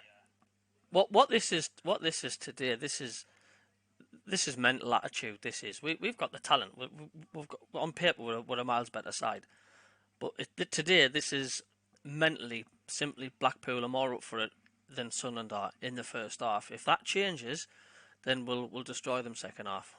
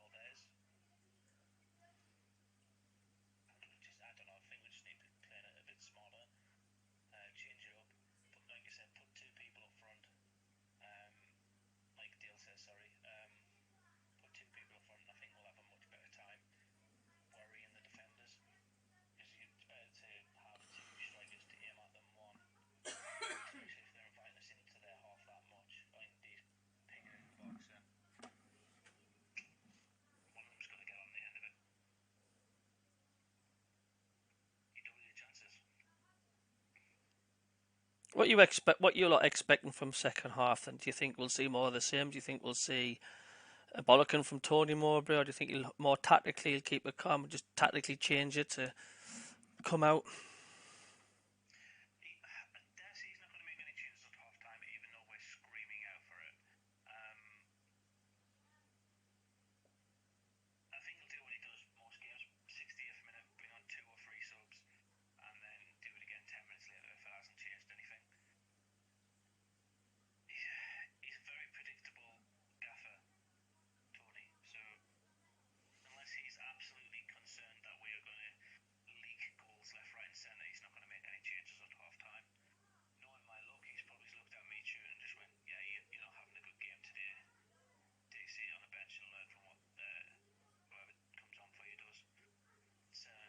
Someone's just said on the chat, too many not pulling their finger out. Ahmad being the standout player by us by a mile. Robert, Stewart, Mishu, all being poor. It looks like they've got a belly full of Madras still from last night. Hope all the noise around Stewart doesn't start to affect his performances.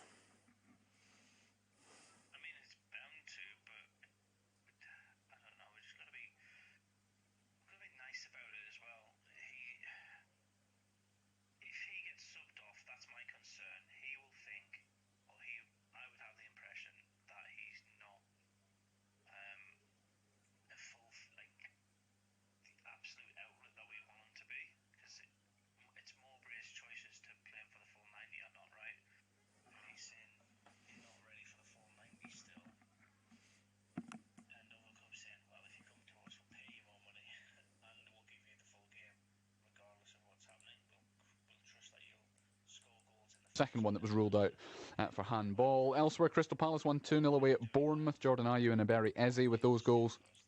Fulham beat Southampton 2-1 at Craven Cottage. Joao Paulinho with a winning header in the 88th minute. Alexander Mitrovic actually missed a penalty after that as well.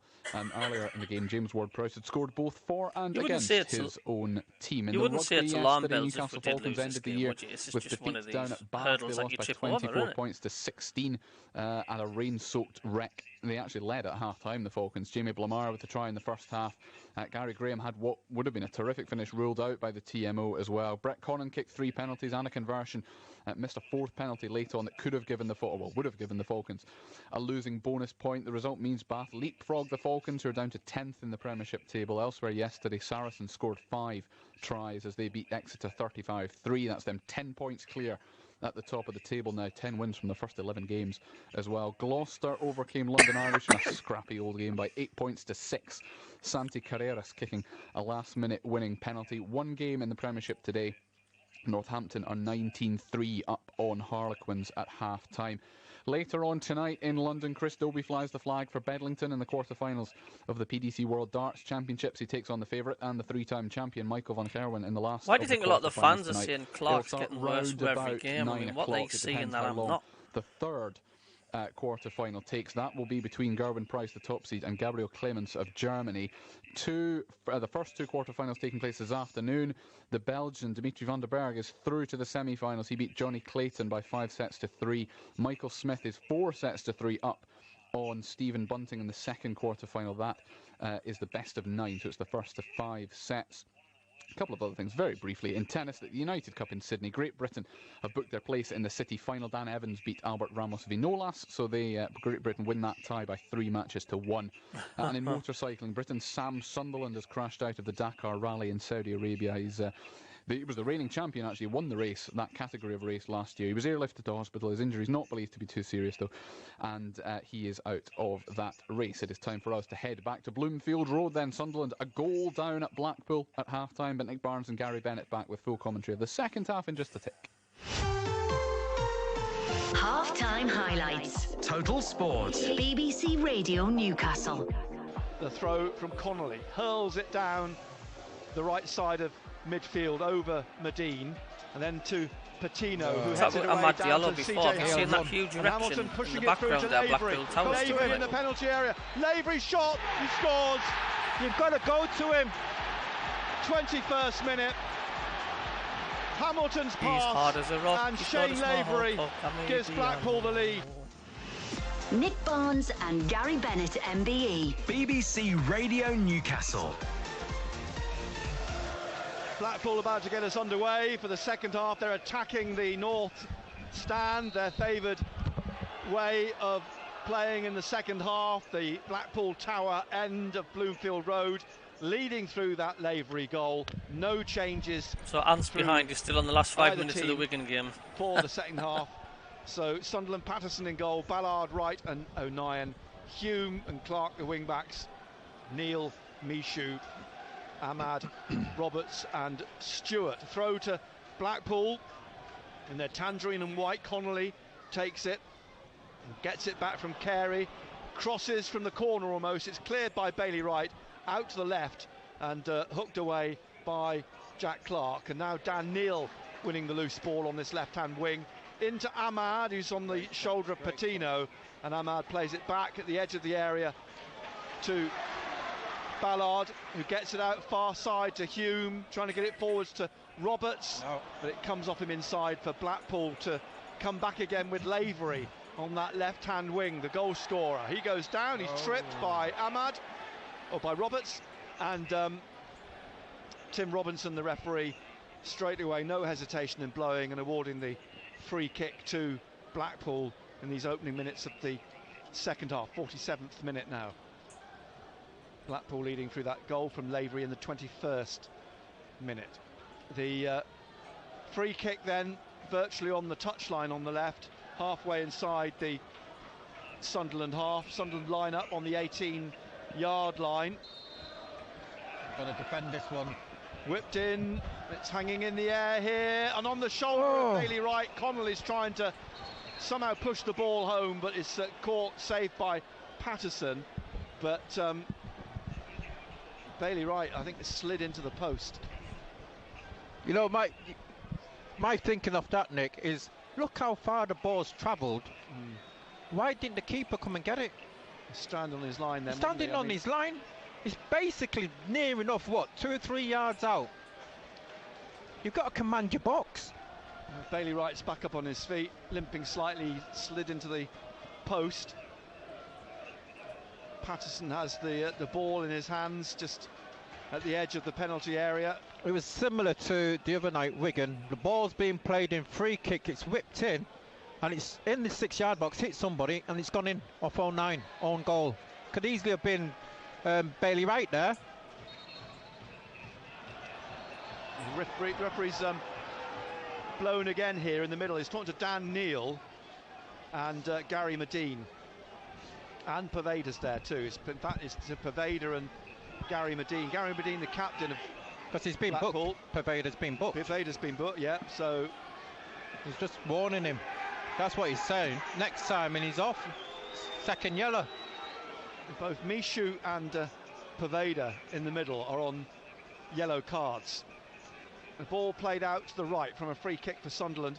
Trying to skip through was Hume, but he's tackled the ball out for a throw to Sunderland on the far side in their light blue this afternoon. Into Stewart, comes up off him and is nodded down by Patino, and then played back to the goalkeeper by Carey. Somebody close him down then. And Stewart eventually goes to close Maxwell down. He kicks over the halfway line, flicked on by the head of CJ Hamilton, but Bailey Wright is there with Medine, cleared but straight to Connolly, and now Carey out on this right touchline, keeps it in. O'Nien wins it from Connolly to Michoud and Dan Neil. Neil holding off Carey, getting it out to the left wing now to Clark. The overlap coming from O'Nien. Clark still going into the penalty area, leaves it for O'Nien. O'Nien tries to flick it through, but cleared by Ekpiteta, and then hooked away down this right-hand side, straight to Bailey Wright. Dan Neil's trying to get through again to Ahmad. Ahmad's tackled, he gets the second ball though, and then eventually Carey puts his foot through it, and it'll be out for a throw on the far side. Quickly taken by Blackpool, getting Lavery away here now, down the left of central midfield. He's still going, runs into Bailey Wright. Sunderland come away with the ball now. Ballard up to Ahmad on the halfway line, then out wide to Stewart on the right-hand side. They need someone through the middle. Ahmad's picked it up now, tackled. It'll come back though on the right to Hume. Hume gets it forwards again to Roberts, back down to Hume, who tries a long-range effort. Well over the crossbar. Still 1-0 to Blackpool in the 50th minute here at Bloomfield Road. Live on BBC Radio Newcastle. Goal kick then for Blackpool. Chris Maxwell, their goalkeeper. Sunderland trying to get behind the team. The 32-year-old Welshman signed from Preston in 2020. And now a collision in the middle. Picking himself up is Michoud. Free kick to Sunderland. Michoud wants to take it quickly. It's taken by Ballard to Dan Neil to Luke O'Nien on the left here, out to Clark inside the Blackpool half. Clark back to Bailey Wright in the centre circle, across to Ballard on the right, just short of halfway, and he's given away. It's Patino trying to get it forwards down the left for Pervader, but Ballard gets it back. I thought this was Gary Bennett's psiometer's gone through the roof this game. Hartlepool 2, Harrogate 1. Forwards from Sunderland to the halfway line. Stewart inside to Dan Neil. Neil overhits it for Clark. Drives it out for a throw. To Blackpool on their right-hand side, halfway inside their own half. Callum Connolly.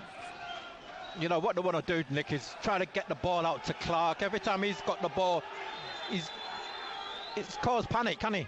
He's managed to get in the area. Now he gets a slap in the face from Connolly. Ball goes out and it's a throw to Blackpool.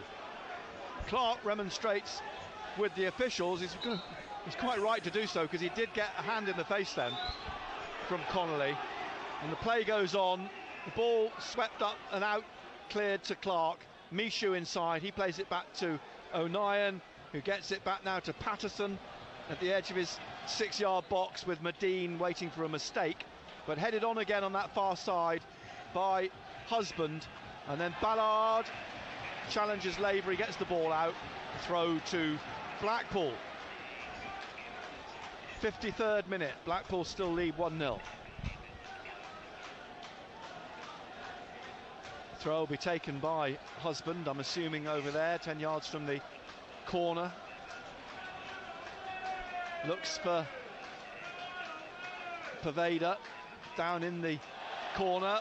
The ball goes out to the fury of the Blackpool fans behind the goal for a goal kick to Sunderland, which Patterson about to take, and does so away down the right, looking for Hume, just short of halfway, taps it inside to Roberts. Roberts now to Dan Neil in the centre circle, across to Luke O'Nien, up to the halfway line, out to Clark. I'm still here. Wide on the left, on halfway. I'm just still trying to Google who the press manager is. He managed to get a second touch to it, down to Dan Neil. O'Nien wide, inside to Clark, looking for the run of Stewart, down to the goal line, keeps it in, down to the corner, and then Ekpiteta, well, can't see what's happened there, but it's a throw. Throw-in, assistant down in front of us flags for the Blackpool throw. All the Sunderland fans no, obscuring our view down this left-hand corner.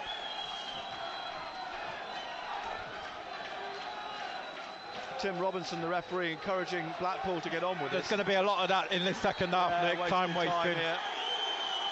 Antagonising the Sunderland fans as it comes over Medine, drops to Bailey Wright. Didn't Bailey Wright inside to Dan Neil, gets it back. Neil from Roberts. Dan Neil rolling it now to Ahmad in the penalty area. Left foot! Oh, just past the foot of the left post. He saved it, did he? I think he must have saved it.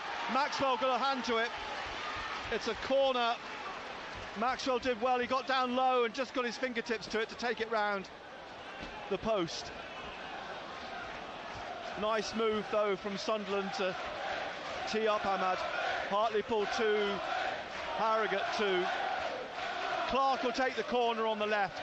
Stewart trying to lose Thornley. It's towards Stewart, he heads it down. It's starting to turn the heat up now, like. It's punched in the air on the line, it drops on the goal line, it's headed away somehow. Sunderland can't bundle it over the line, and Blackpool managed to get it out. Then back in from Roberts to Clark on his left-hand side. Clark in the penalty area, dribbling at Hamilton, comes off of CJ Hamilton and thumped away into the stand by Ekpiteta. How did that stay out? Another throw here to Sunderland this time, just down by the corner, into Roberts in the penalty area, trying to get a cross in. We're starting to do to Blackpool what Burnley did to us the second half at the Stadium of Light. One off of Patino, comes out to Dan Neil, his pass those intercepted by Hamilton. Now Clark wins it back as Neil won the ball back. A throw to Sunderland on this left-hand side. Neil takes it quickly. We've just had four Sunderland players. We've just had four Sunderland players slip. To Mishu. One after the other. To Neil trying to get it forward. And Blackpool have nearly scored. Hamilton Unbelievable. Beaten to the ball by Roberts. Roberts now running at the penalty area. Roberts trying to go through. Roberts is tripped in the penalty area by Thornley.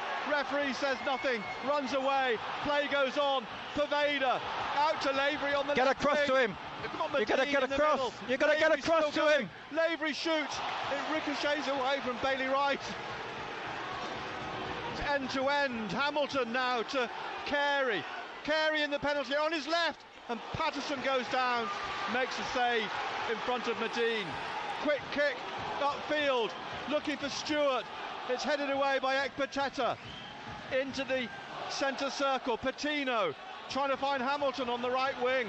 Hamilton brings it down. Great challenge from O'Nien sliding in. Throw to Blackpool on the right here. 57th minute. It's warmed up the game, hasn't it? It's 100 miles an hour from one end to the other. The temperature has certainly risen inside the stadium. Connolly is going to take this throw.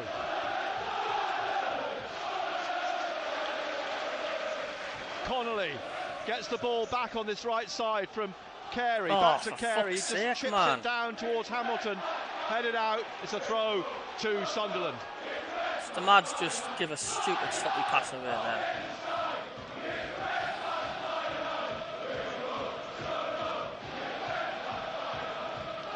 Neil out to O'Nien, back inside to Stewart, who swings it across to the far side to Hume, and Hume now forward to Ahmad at the edge of the centre circle. The ball goes out eventually. Carey had slipped as Ahmad tried to get away. The ball's gone out for a Blackpool throw on the far side between Michael Appleton and Tony Mowbray. Michael Appleton, who used to be Tony Mowbray's coach at West Bromwich Albion, as Medine bursts down the left at the Sunderland penalty area, and eventually the ball behind for a goal kick to Sunderland.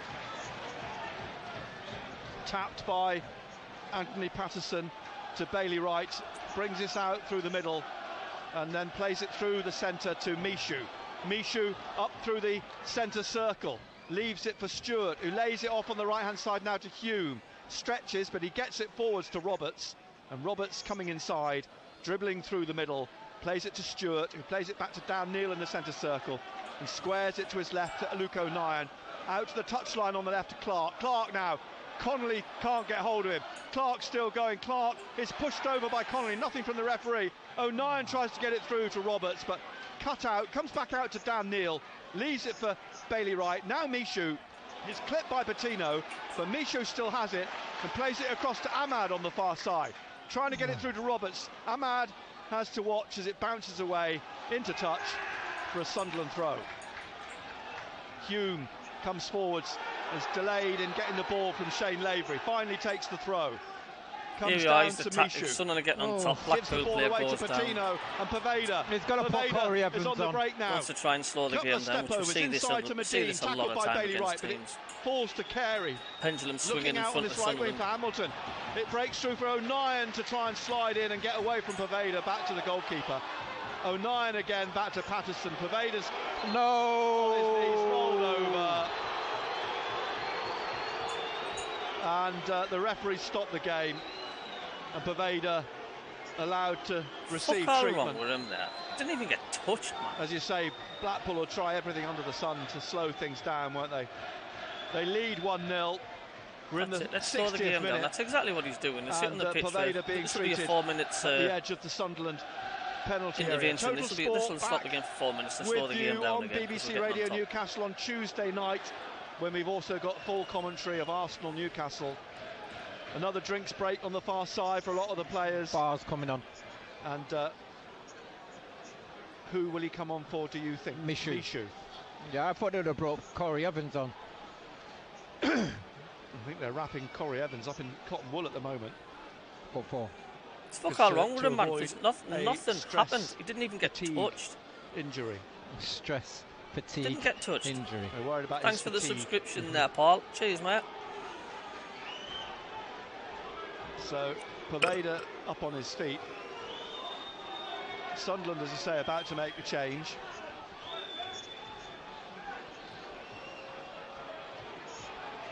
Tony Mowbray and Michael Proctor's having a word with Dan Neil.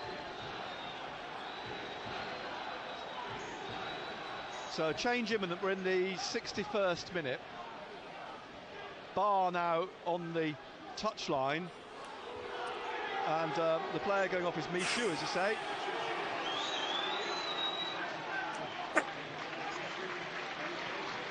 Another hour for Michoud.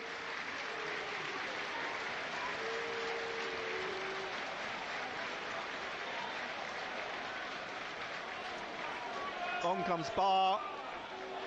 Paveda's waiting to come back on. It's looking like one of them days where it's probably getting some dodge abuse from the Sunderland fans behind him, but the ball passed out by Patterson to Ballard. The days where the ball Blackpool lead here 1-0.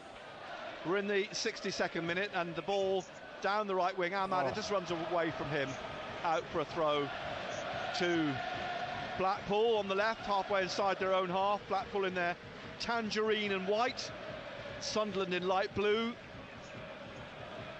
And this stand we're in is packed to the rafters with Sunderland fans. The north stand with Blackpool fans. There's a good atmosphere here at the seaside as Medine tries to get the ball through. It comes out on the left for Husband. He swung it across to the right here. Hamilton chases it, as does O'Nien, and Hamilton's done well. Bring it down on the touchline, holding off Luke O'Nien.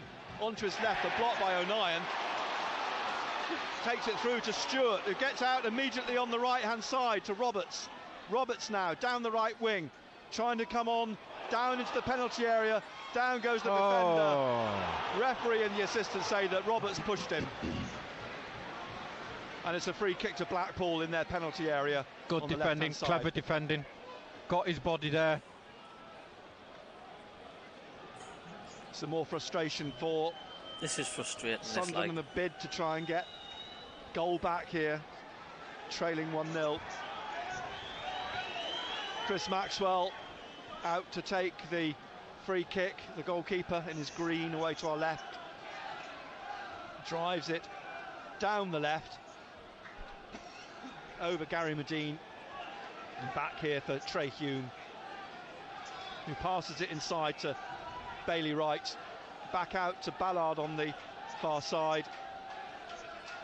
Sunderland attacking the goal to our left, defending the Blackpool Tower end. O'Nien to Clark, wide on the left. Back to O'Nien. Forwards here to Barr. Barr spins away. He's tackled by Hamilton, but the ball was taken to Clark. Clark going through the middle here. Clark still going. Clark still going. Finds Stewart. Oh, he's in the bar. It was offside. Offside anyway. Second off the bar. Ahmad hit the bar in the first half. Stewart hits it the second, but he would have been offside. But what did I say about Clark? Give him the ball. Every time he's got the ball, he's caused panic. Give him the ball. He hasn't had enough of the ball. Referee having a word with Chris Maxwell. 1-0 still to Blackpool. Maxwell will take the free kick. Drives it up through the middle. Onto the chest of Medine. Patino can't get through. The ball is won back by Ballard. Ballard slips it away from Lavery. Back to Hume. Back to Patterson to clear. Kicks up towards Stewart in the centre circle. It drops for Clark. Connolly's trying to hold him back. Clark's going. Get in! Get back in front of him, Ekpiteta. It breaks for Stewart at the edge of the D. Looks for Roberts on the right of the penalty area. Left foot takes a deflection. Headed down on the left by O'Nien. By Clark, sorry. But cleared. Through to Barr. Barr now trying to find another way through. Barr lays it off to Ahmad. Back to O'Nien. Down the left-hand side here to Clark. Clark swings the ball to the far post. Headed away, though, by Husband. Back in again. Yes! Well done! Fantastic! From the right side, nods it through. It may have taken another touch, but Sunderland are level in the 66th minute.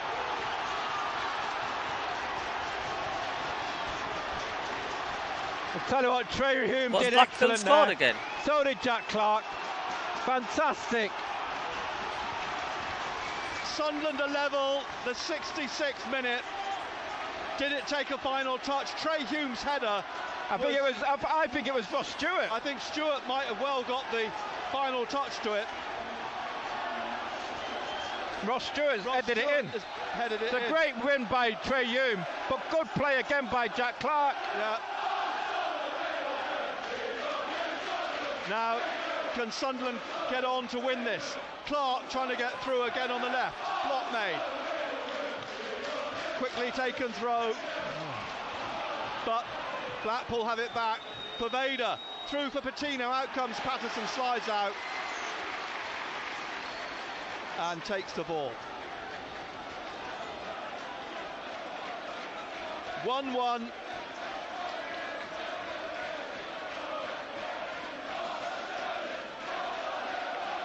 Still plenty of time to go on and win the game. As the ball back here with Bailey Wright. Somebody get Stewart tied down, for God's Ballard sake. On the far side. Through to we would be Roberts. So much in trouble if we got rid of Stewart, like if we didn't replace him. And then one back again, Ballard to Dan Neal. Through to Roberts. Roberts looking for the run of Ahmad down the right-hand side. Ahmad taking on Husband. Edge of the penalty area. Roberts back to Ahmad. Ahmad! Oh, Stewart finish! But somehow Ekpiteta hooks it away. Yeah, another Blackpool player's gone down again. Another tactic to slow it down. Just looking for that finishing touch, aren't we? Now. About 7,000. Player down. the Blackpool player down in the... Everybody's happy with that break because they need it. It's been end to end, especially from Sunderland's point. Great reaction. Well, again, you know, the catalyst for it all has been Clark, hasn't it? Trying to get into the... He burst into the penalty area. Give him the ball.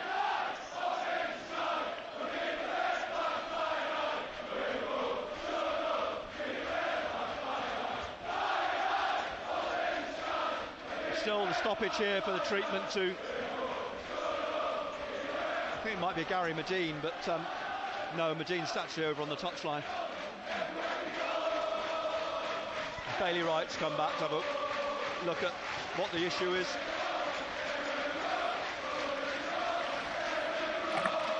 Sunderland fans faith. Would you be happy with the point now, then, lads? Patino was that the player injured. Charlie Patino, he's back up on his feet. And the 19-year-old strolls to the sideline. It'll be a throw. I can say this is like Sunderland Burnley at the Stadium of Light. Like Burnley, what we're doing to Blackpool now, what Burnley did to us, but only difference is Scotland. Then to Luke O'Nien in the centre circle. Doncaster 2, Carlisle 0. Here's Barr, leaves it for Dan Neil. Ahmad. So, got the ball out well here to Roberts on the right, back to Ahmad down the right of the penalty area. Roberts again, back to Ahmad. Ahmad back behind him. Hume trying to get it forwards, and again out on the right wing. Three games currently at 1-1 in the Championship. Ahmad, he crosses this time, but straight at the goalkeeper. Thumbs up though from Ross Stewart for that ball in. Oh, Hartlepool's winning Harrogate 3-2. They'll settle for a draw now. No. They'll want to push for the winner. 20 minutes still to do that. We're in the 70th minute now. Ballard digs one out. It's cleared from Sunderland down the right wing. Thornley took the ball out. It's a throw to Sunderland halfway inside the Blackpool half, and the throw's taken in front of Tony Mowbray. In the middle, O'Nien heads it strongly forwards, but it will come back down here to Connolly. Lifts it over Barr. Bailey Wright nods it back to Patterson. And it's now pendulum swinging back in favour of Sunderland in the game.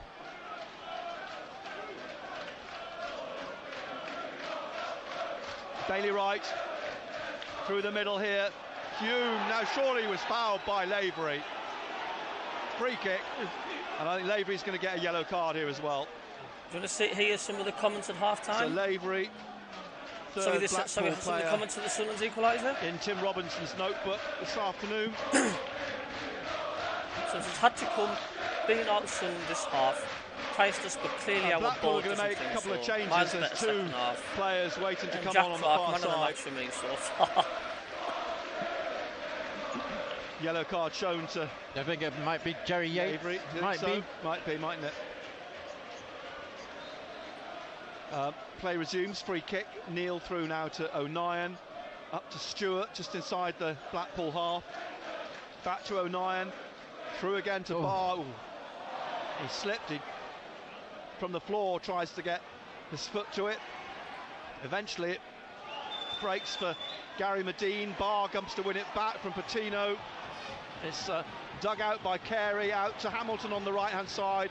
Strong, good challenge by... Was it a good challenge? Free kick. No, free kick. Foul by O'Nien, and a yellow card for O'Nien. He's giving them out for fun now. He's starting to. So Luke O'Nien joins Mishu in Tim Robinson's notebook in the 72nd minute.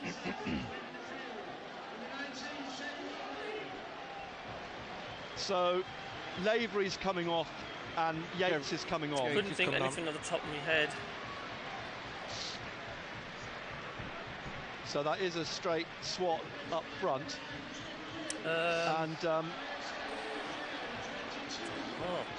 Hamilton's coming off.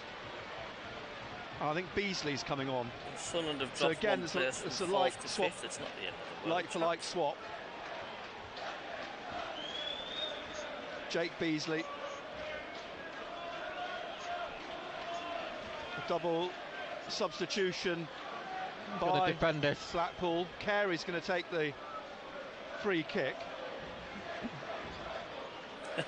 Craig Jones celebrated the commentary miles behind me. Yeah. Sometimes that's how the cookie crumbles, Craig. Sometimes you get delayed where the streams are, where the commentary's on now for this. Or sometimes I'm miles ahead. In the big lad. 74th minute.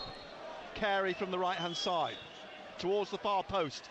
Headed away by Ballard. Still not fully cleared. Main thing is doing Roberts these trying to clear it. Picked up on the far side by Ekpateta. So and now it's won by Hume, who slips it away on that right-hand side to Roberts, who gets it up to Stewart, but whipped off him by Poveda. Played inside, though, to Barr, who's got this for Sunderland. Barr now, through the centre to Ahmad, back to Barr on halfway on the left, out to Clark. Clark on the left wing here. Clark trying to get away from Beasley, the substitute. Still has it, Clark, just outside the penalty area. Leaves it for Neil, back to Clark. Clark 25 yards out, plays it over on the right to Roberts. Roberts now has Ahmad just ahead of him. Plays it back behind him, though, to Hume. Hume puts the ball up to Barr, let it run through, comes down and cleared by Blackpool up to the halfway line. And his cheers for tuning in. Then one back by Sunderland. Roberts. We've reached the 20 likes, thank you very much. To Husband on the left, along the ball up, looking for Medine, and then cut out by Dan Neil in the middle, back behind into Bailey Wright. Bailey Wright through to Stewart, flicks it on quickly to Ahmad, little back heel. Oh, 1,099 subscribers. Comes on cheers, through again David, to mate. Cheers for Stewart, that subscription. Leaves it behind him for Ahmad. Just out need to one the more, right to Roberts. one more subscriber Roberts, to reach 1,100. down the right to the goal line, trying to pull it back here. Hooked away towards the far side and cleared only as far as Hume, who puts it back down the right, will try and get it again. Strong foot through the ball. What's that? And the assistant corner indicates the corner. They're still doing the odd Sunday bunch and stuff. Can Sunderland score from another corner? Set piece, come on. 76th minute, Blackpool well, 1, Sunderland 1. Philly works too much now, I don't know this. Ahmad's going to take the corner on the right-hand side. Players around the penalty spot. Clark just behind them. Barr, or Hume just behind them. Barr out in midfield with Roberts. Referee's having a word with the players inside I'm more concerned and happy about our little channels we've got. And Ahmad from the right then with the corner kick. Hangs in the air over the top of Bailey Wright, I think it was. He was leaping for it. And Stewart cleared by Blackpool. Eventually back to Patterson in the middle of the Sunderland half. Out wide to Ahmad, who plays it back again to Patterson. He's under pressure from Medine, who got a foot to it. You can see to throw. Blackpool looking to hang on to the point now, having led 1-0 from the 21st minute to the 66th. And throw down the right wing for Sunderland. Trey Hume halfway inside his own half. Roberts jockeying for a position, gets the ball, gets it back down, gets it back again from Hume. Hume now on the right, into the middle to Dan Neil, out to Jack Clark. Beasley comes to close him down. Clark goes, cuts inside. Clark's away again, through the middle, rolling it across to Ahmad. The overlap from Roberts, and Ahmad finds Roberts. Roberts on the right of the corner of the penalty area, gets it back again from Ahmad. Down the right to Hume, cleared by Thornley. Across into the box. Hartlepool 3, Harrogate 3. Here comes Sunderland again. Roberts to Hume, to Ahmad, to Roberts and Ahmad again. Ahmad lovely. Down the right of the penalty area. Ahmad in the box. Ahmad across the fence. Oh, gosh. And somehow Stewart couldn't get his head on the end of the cross.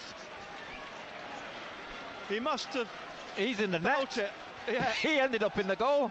He must have felt it whoosh past his forehead. It was that close. Well, cheers, George, for the subscriber, mate.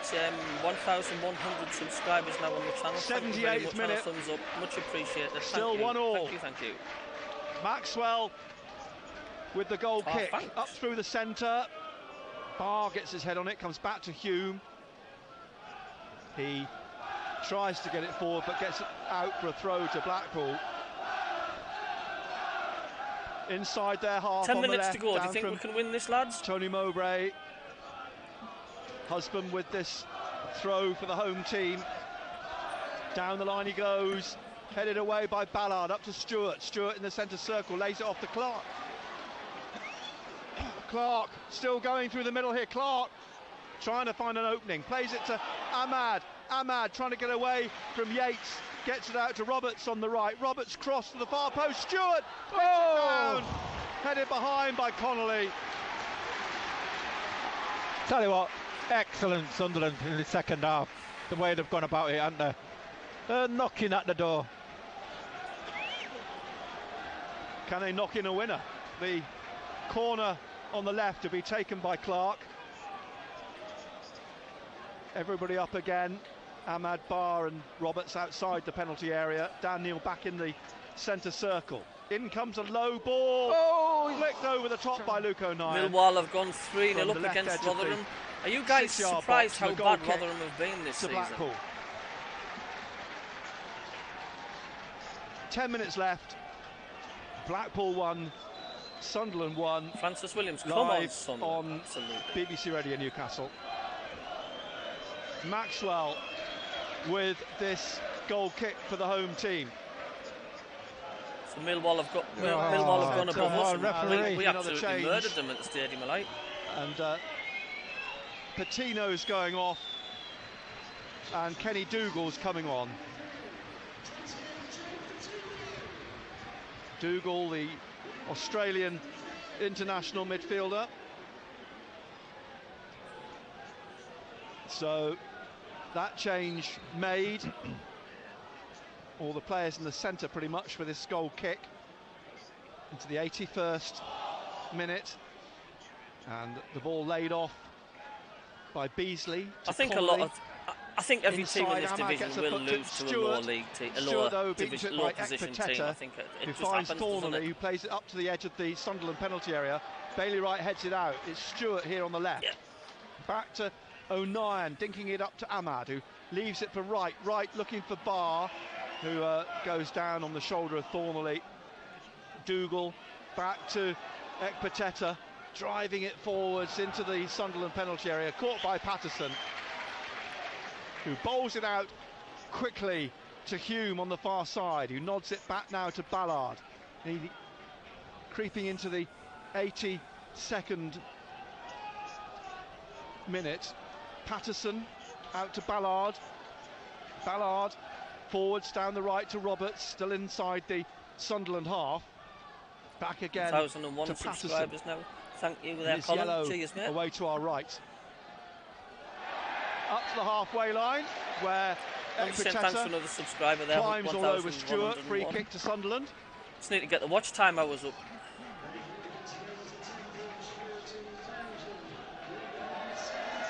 I think the attendance around, was it 14,117 is the attendance. 14,117. Roberts on the ball here to Ahmad. Ahmad out wide, taps it back to Roberts. Yeah, I think this is going to finish a draw, to be honest with you. Ahmad cutting back inside, up to Stewart, trying to get it through in the area. And Ekpateta whips it off the feet of Roberts for a throw on the far side. Roberts was through. Millwall 3, Rotherham 0. Roberts from the throw, trying to find Ahmad. It comes back down though here for Pervader, who tucks it inside of Dan Neil, gets it back out on that left wing. Then Neil goes over the top of Pervader. Pervader's fouled. It's a free kick to Blackpool in front of the tunnel on the far side on the halfway line. I wouldn't be disappointed. 83rd minute. I feel better now than what I did 25 minutes ago. And Husband throws the ball down for this free kick. Look, you'd also feel better. You feel better than you would have been if you were winning 1-0 and they equalised. Now Husband with a free kick down the left, up towards the edge of the penalty area. Medine trying to head it through for Beasley. It comes out though from O'Nien. It will bounce out for a throw to Blackpool on the right, some yards up from the corner flag. Blackpool 1, Sunderland 1 here on BBC Radio Newcastle. In the 83rd minute, nearly the 84th, foul throw. And so the throw goes Sunderland's way now. The lead against Clark comes across to take it. Clark with O'Nien down in the corner. O'Nien's now going to take the throw. Clark jogs away down the touchline. And the throw up towards Stewart. Foul, says the referee on Beasley by Stewart as he went for it. Free kick, wide on the right, then halfway inside the Sunderland half for Blackpool. There is still time for Sunderland to win this game. Got to concentrate from this free kick, Nick. Yeah. Sonny Carey's going to take it again for Blackpool. Ahmad, the one-man wall. It's curled into the penalty area. It's headed away by Bailey Wright, or up by Bailey Wright, and then hooked away by Roberts. Thornley thinks he's fouled. I think you're looking at Nobody else does. The ball's come up the other end to Maxwell. He lifts it over Ahmad, out for a throw. I'll take it. I will take it. Pressure there by Ahmad.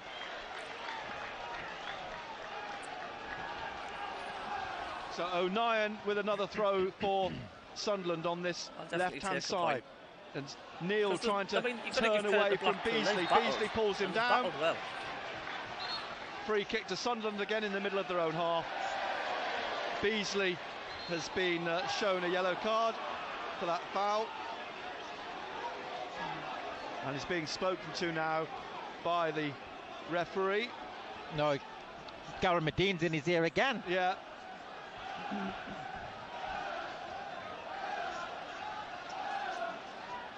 Gary Medine's trying to encourage his players to step forwards, push out. Bailey Wright takes the free kick, swings up to the right corner of the penalty area, but it's headed away from Stewart. Yeah. The mental strength out into the middle. Laws Carey trying to find Yates down the left wing. Ballard's got in front of him, and the ball rolls out for a throw to Sunderland on the far side. 86th minute now. Blackpool 1, Sunderland 1. Live here on BBC Radio Newcastle. It would be a good Christmas and New Year, the 3 games, 2 wins and a draw, but they would love the win here. 3 wins on the bounce. Not done that this season yet, Sunderland. There's still time. As the ball bobbles up in the air, comes down here for Kenny Dougal. And Paveda, he's trying to skip through here now for Blackpool. He's going on, and he's gone down, but no foul. He's got to be careful, Paveda. He's been booked. And then Ross Stewart is tripped up beside the centre circle, and Sunderland have another free kick. Huddersfield 1, Luton 2. Into the 87th minute here at Bloomfield Road. Blackpool 1, Sunderland 1. In the bin, so. The free kick will be taken by Ballard, out to the right to Hume. Hume back again to Ballard, back again to Anthony Patterson. Patterson passing it wide again to Hume, closed down by Medine, gets it up to Roberts, it's gone out. And a throw to Blackpool on the far side. Yeah, it's not... Minutes left. It's not quite connected with Ahmad today, is it? Quick throw, comes back down to Husband on the left, but one back by Roberts. Roberts now, head down over the halfway line, still got it.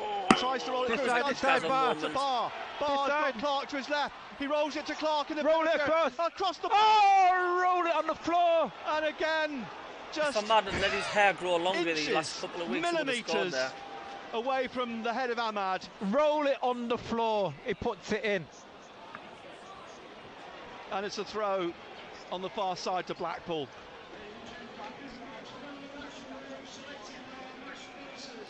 Clark again, what a ball across the 6-yard box. Absolutely, it's fine margin. If it had been Stewart, he'd have scored.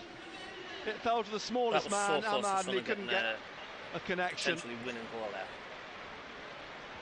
So, a throw it is to Blackpool on the far side, 10 yards up from the corner on the left in the 88th minute. And Blackpool are going to make a fourth change.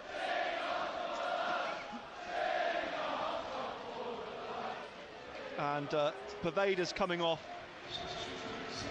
and Callum Wright is coming on.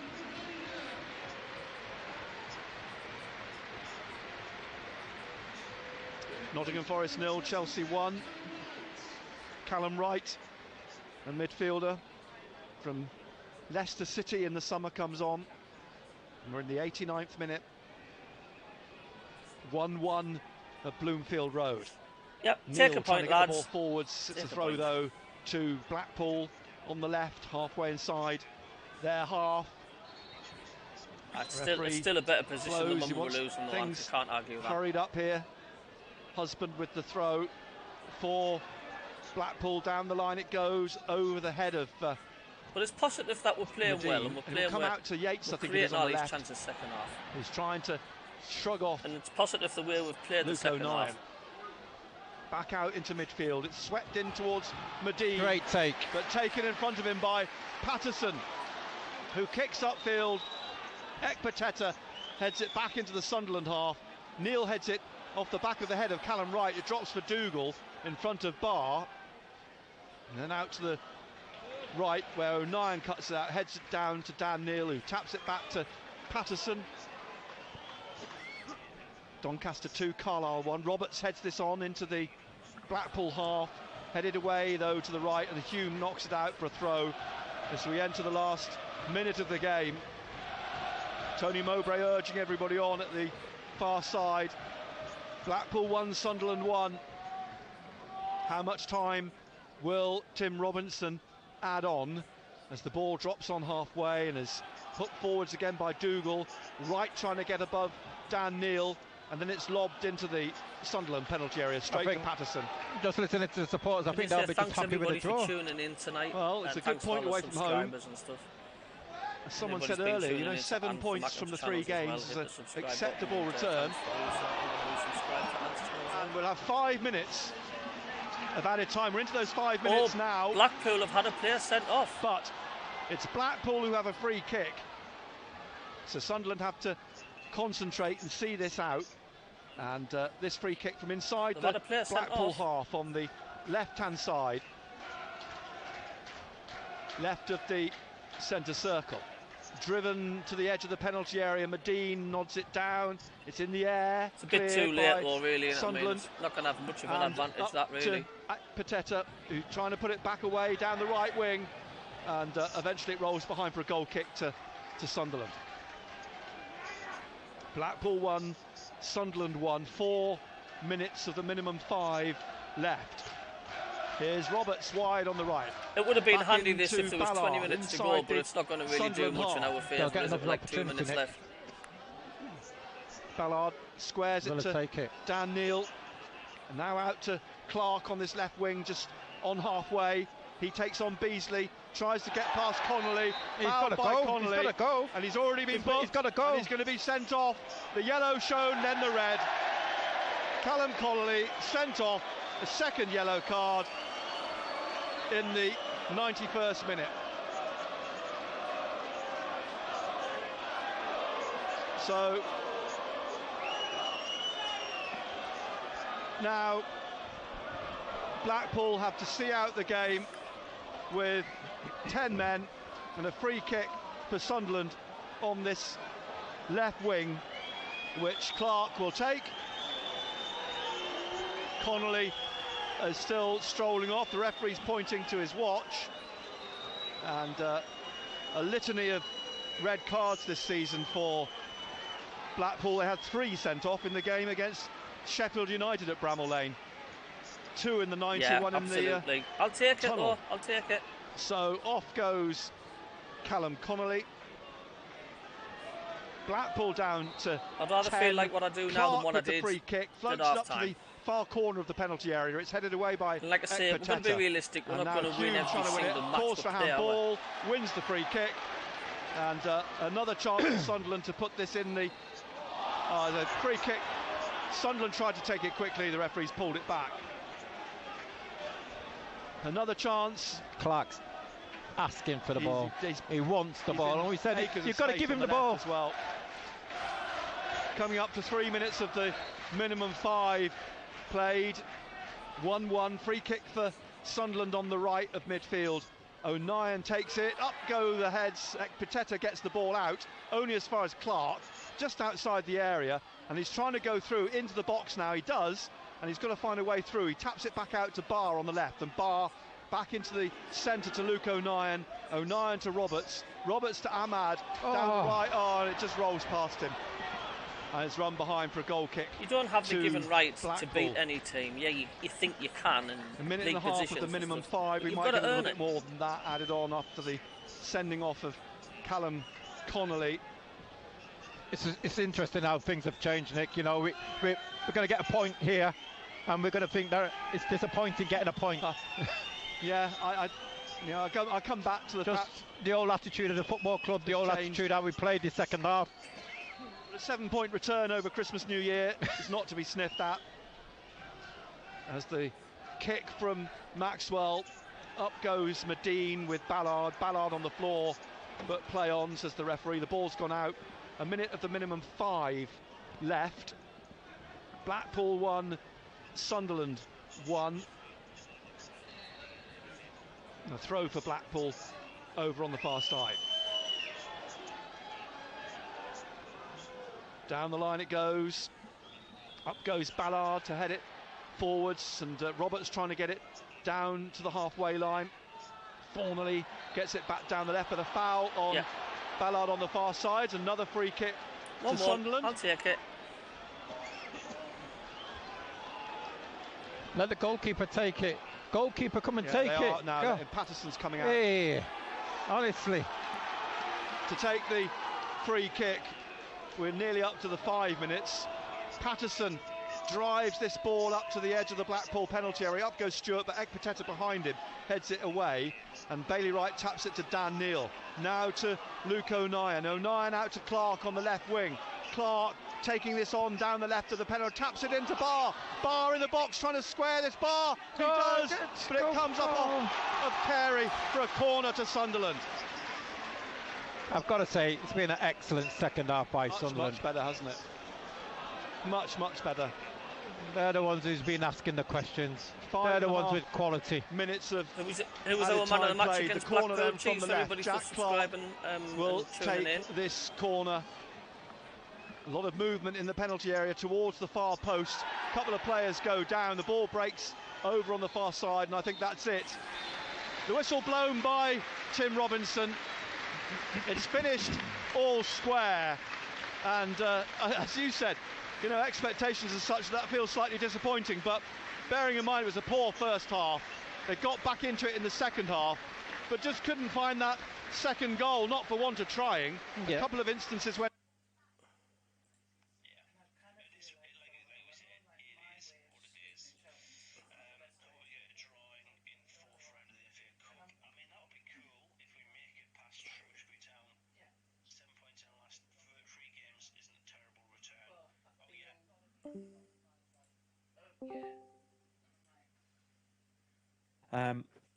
in terms of what we're doing on the channel for next week, we'll be doing Friday night football on Friday night. Isn't that right? Yeah. So we'll be doing that. We'll be doing the watch along for the Shrewsbury game on Saturday next week, and I think that's about it. We're not. During that, we'll have a look at potential transfers, who's likely to come in and out of the squad, and we'll hopefully by the 12th, 14th, when we play Swansea, we will have a replacement for Sims in place. That's my hope. Anyways, thank you, Dale. Says good game. A lot of people saying Roberts for man of the match for Sunderland. Oh, yeah. To be fair, mate, he was driving through their midfield like there's nobody's business. It's getting through their defenders that we struggled with.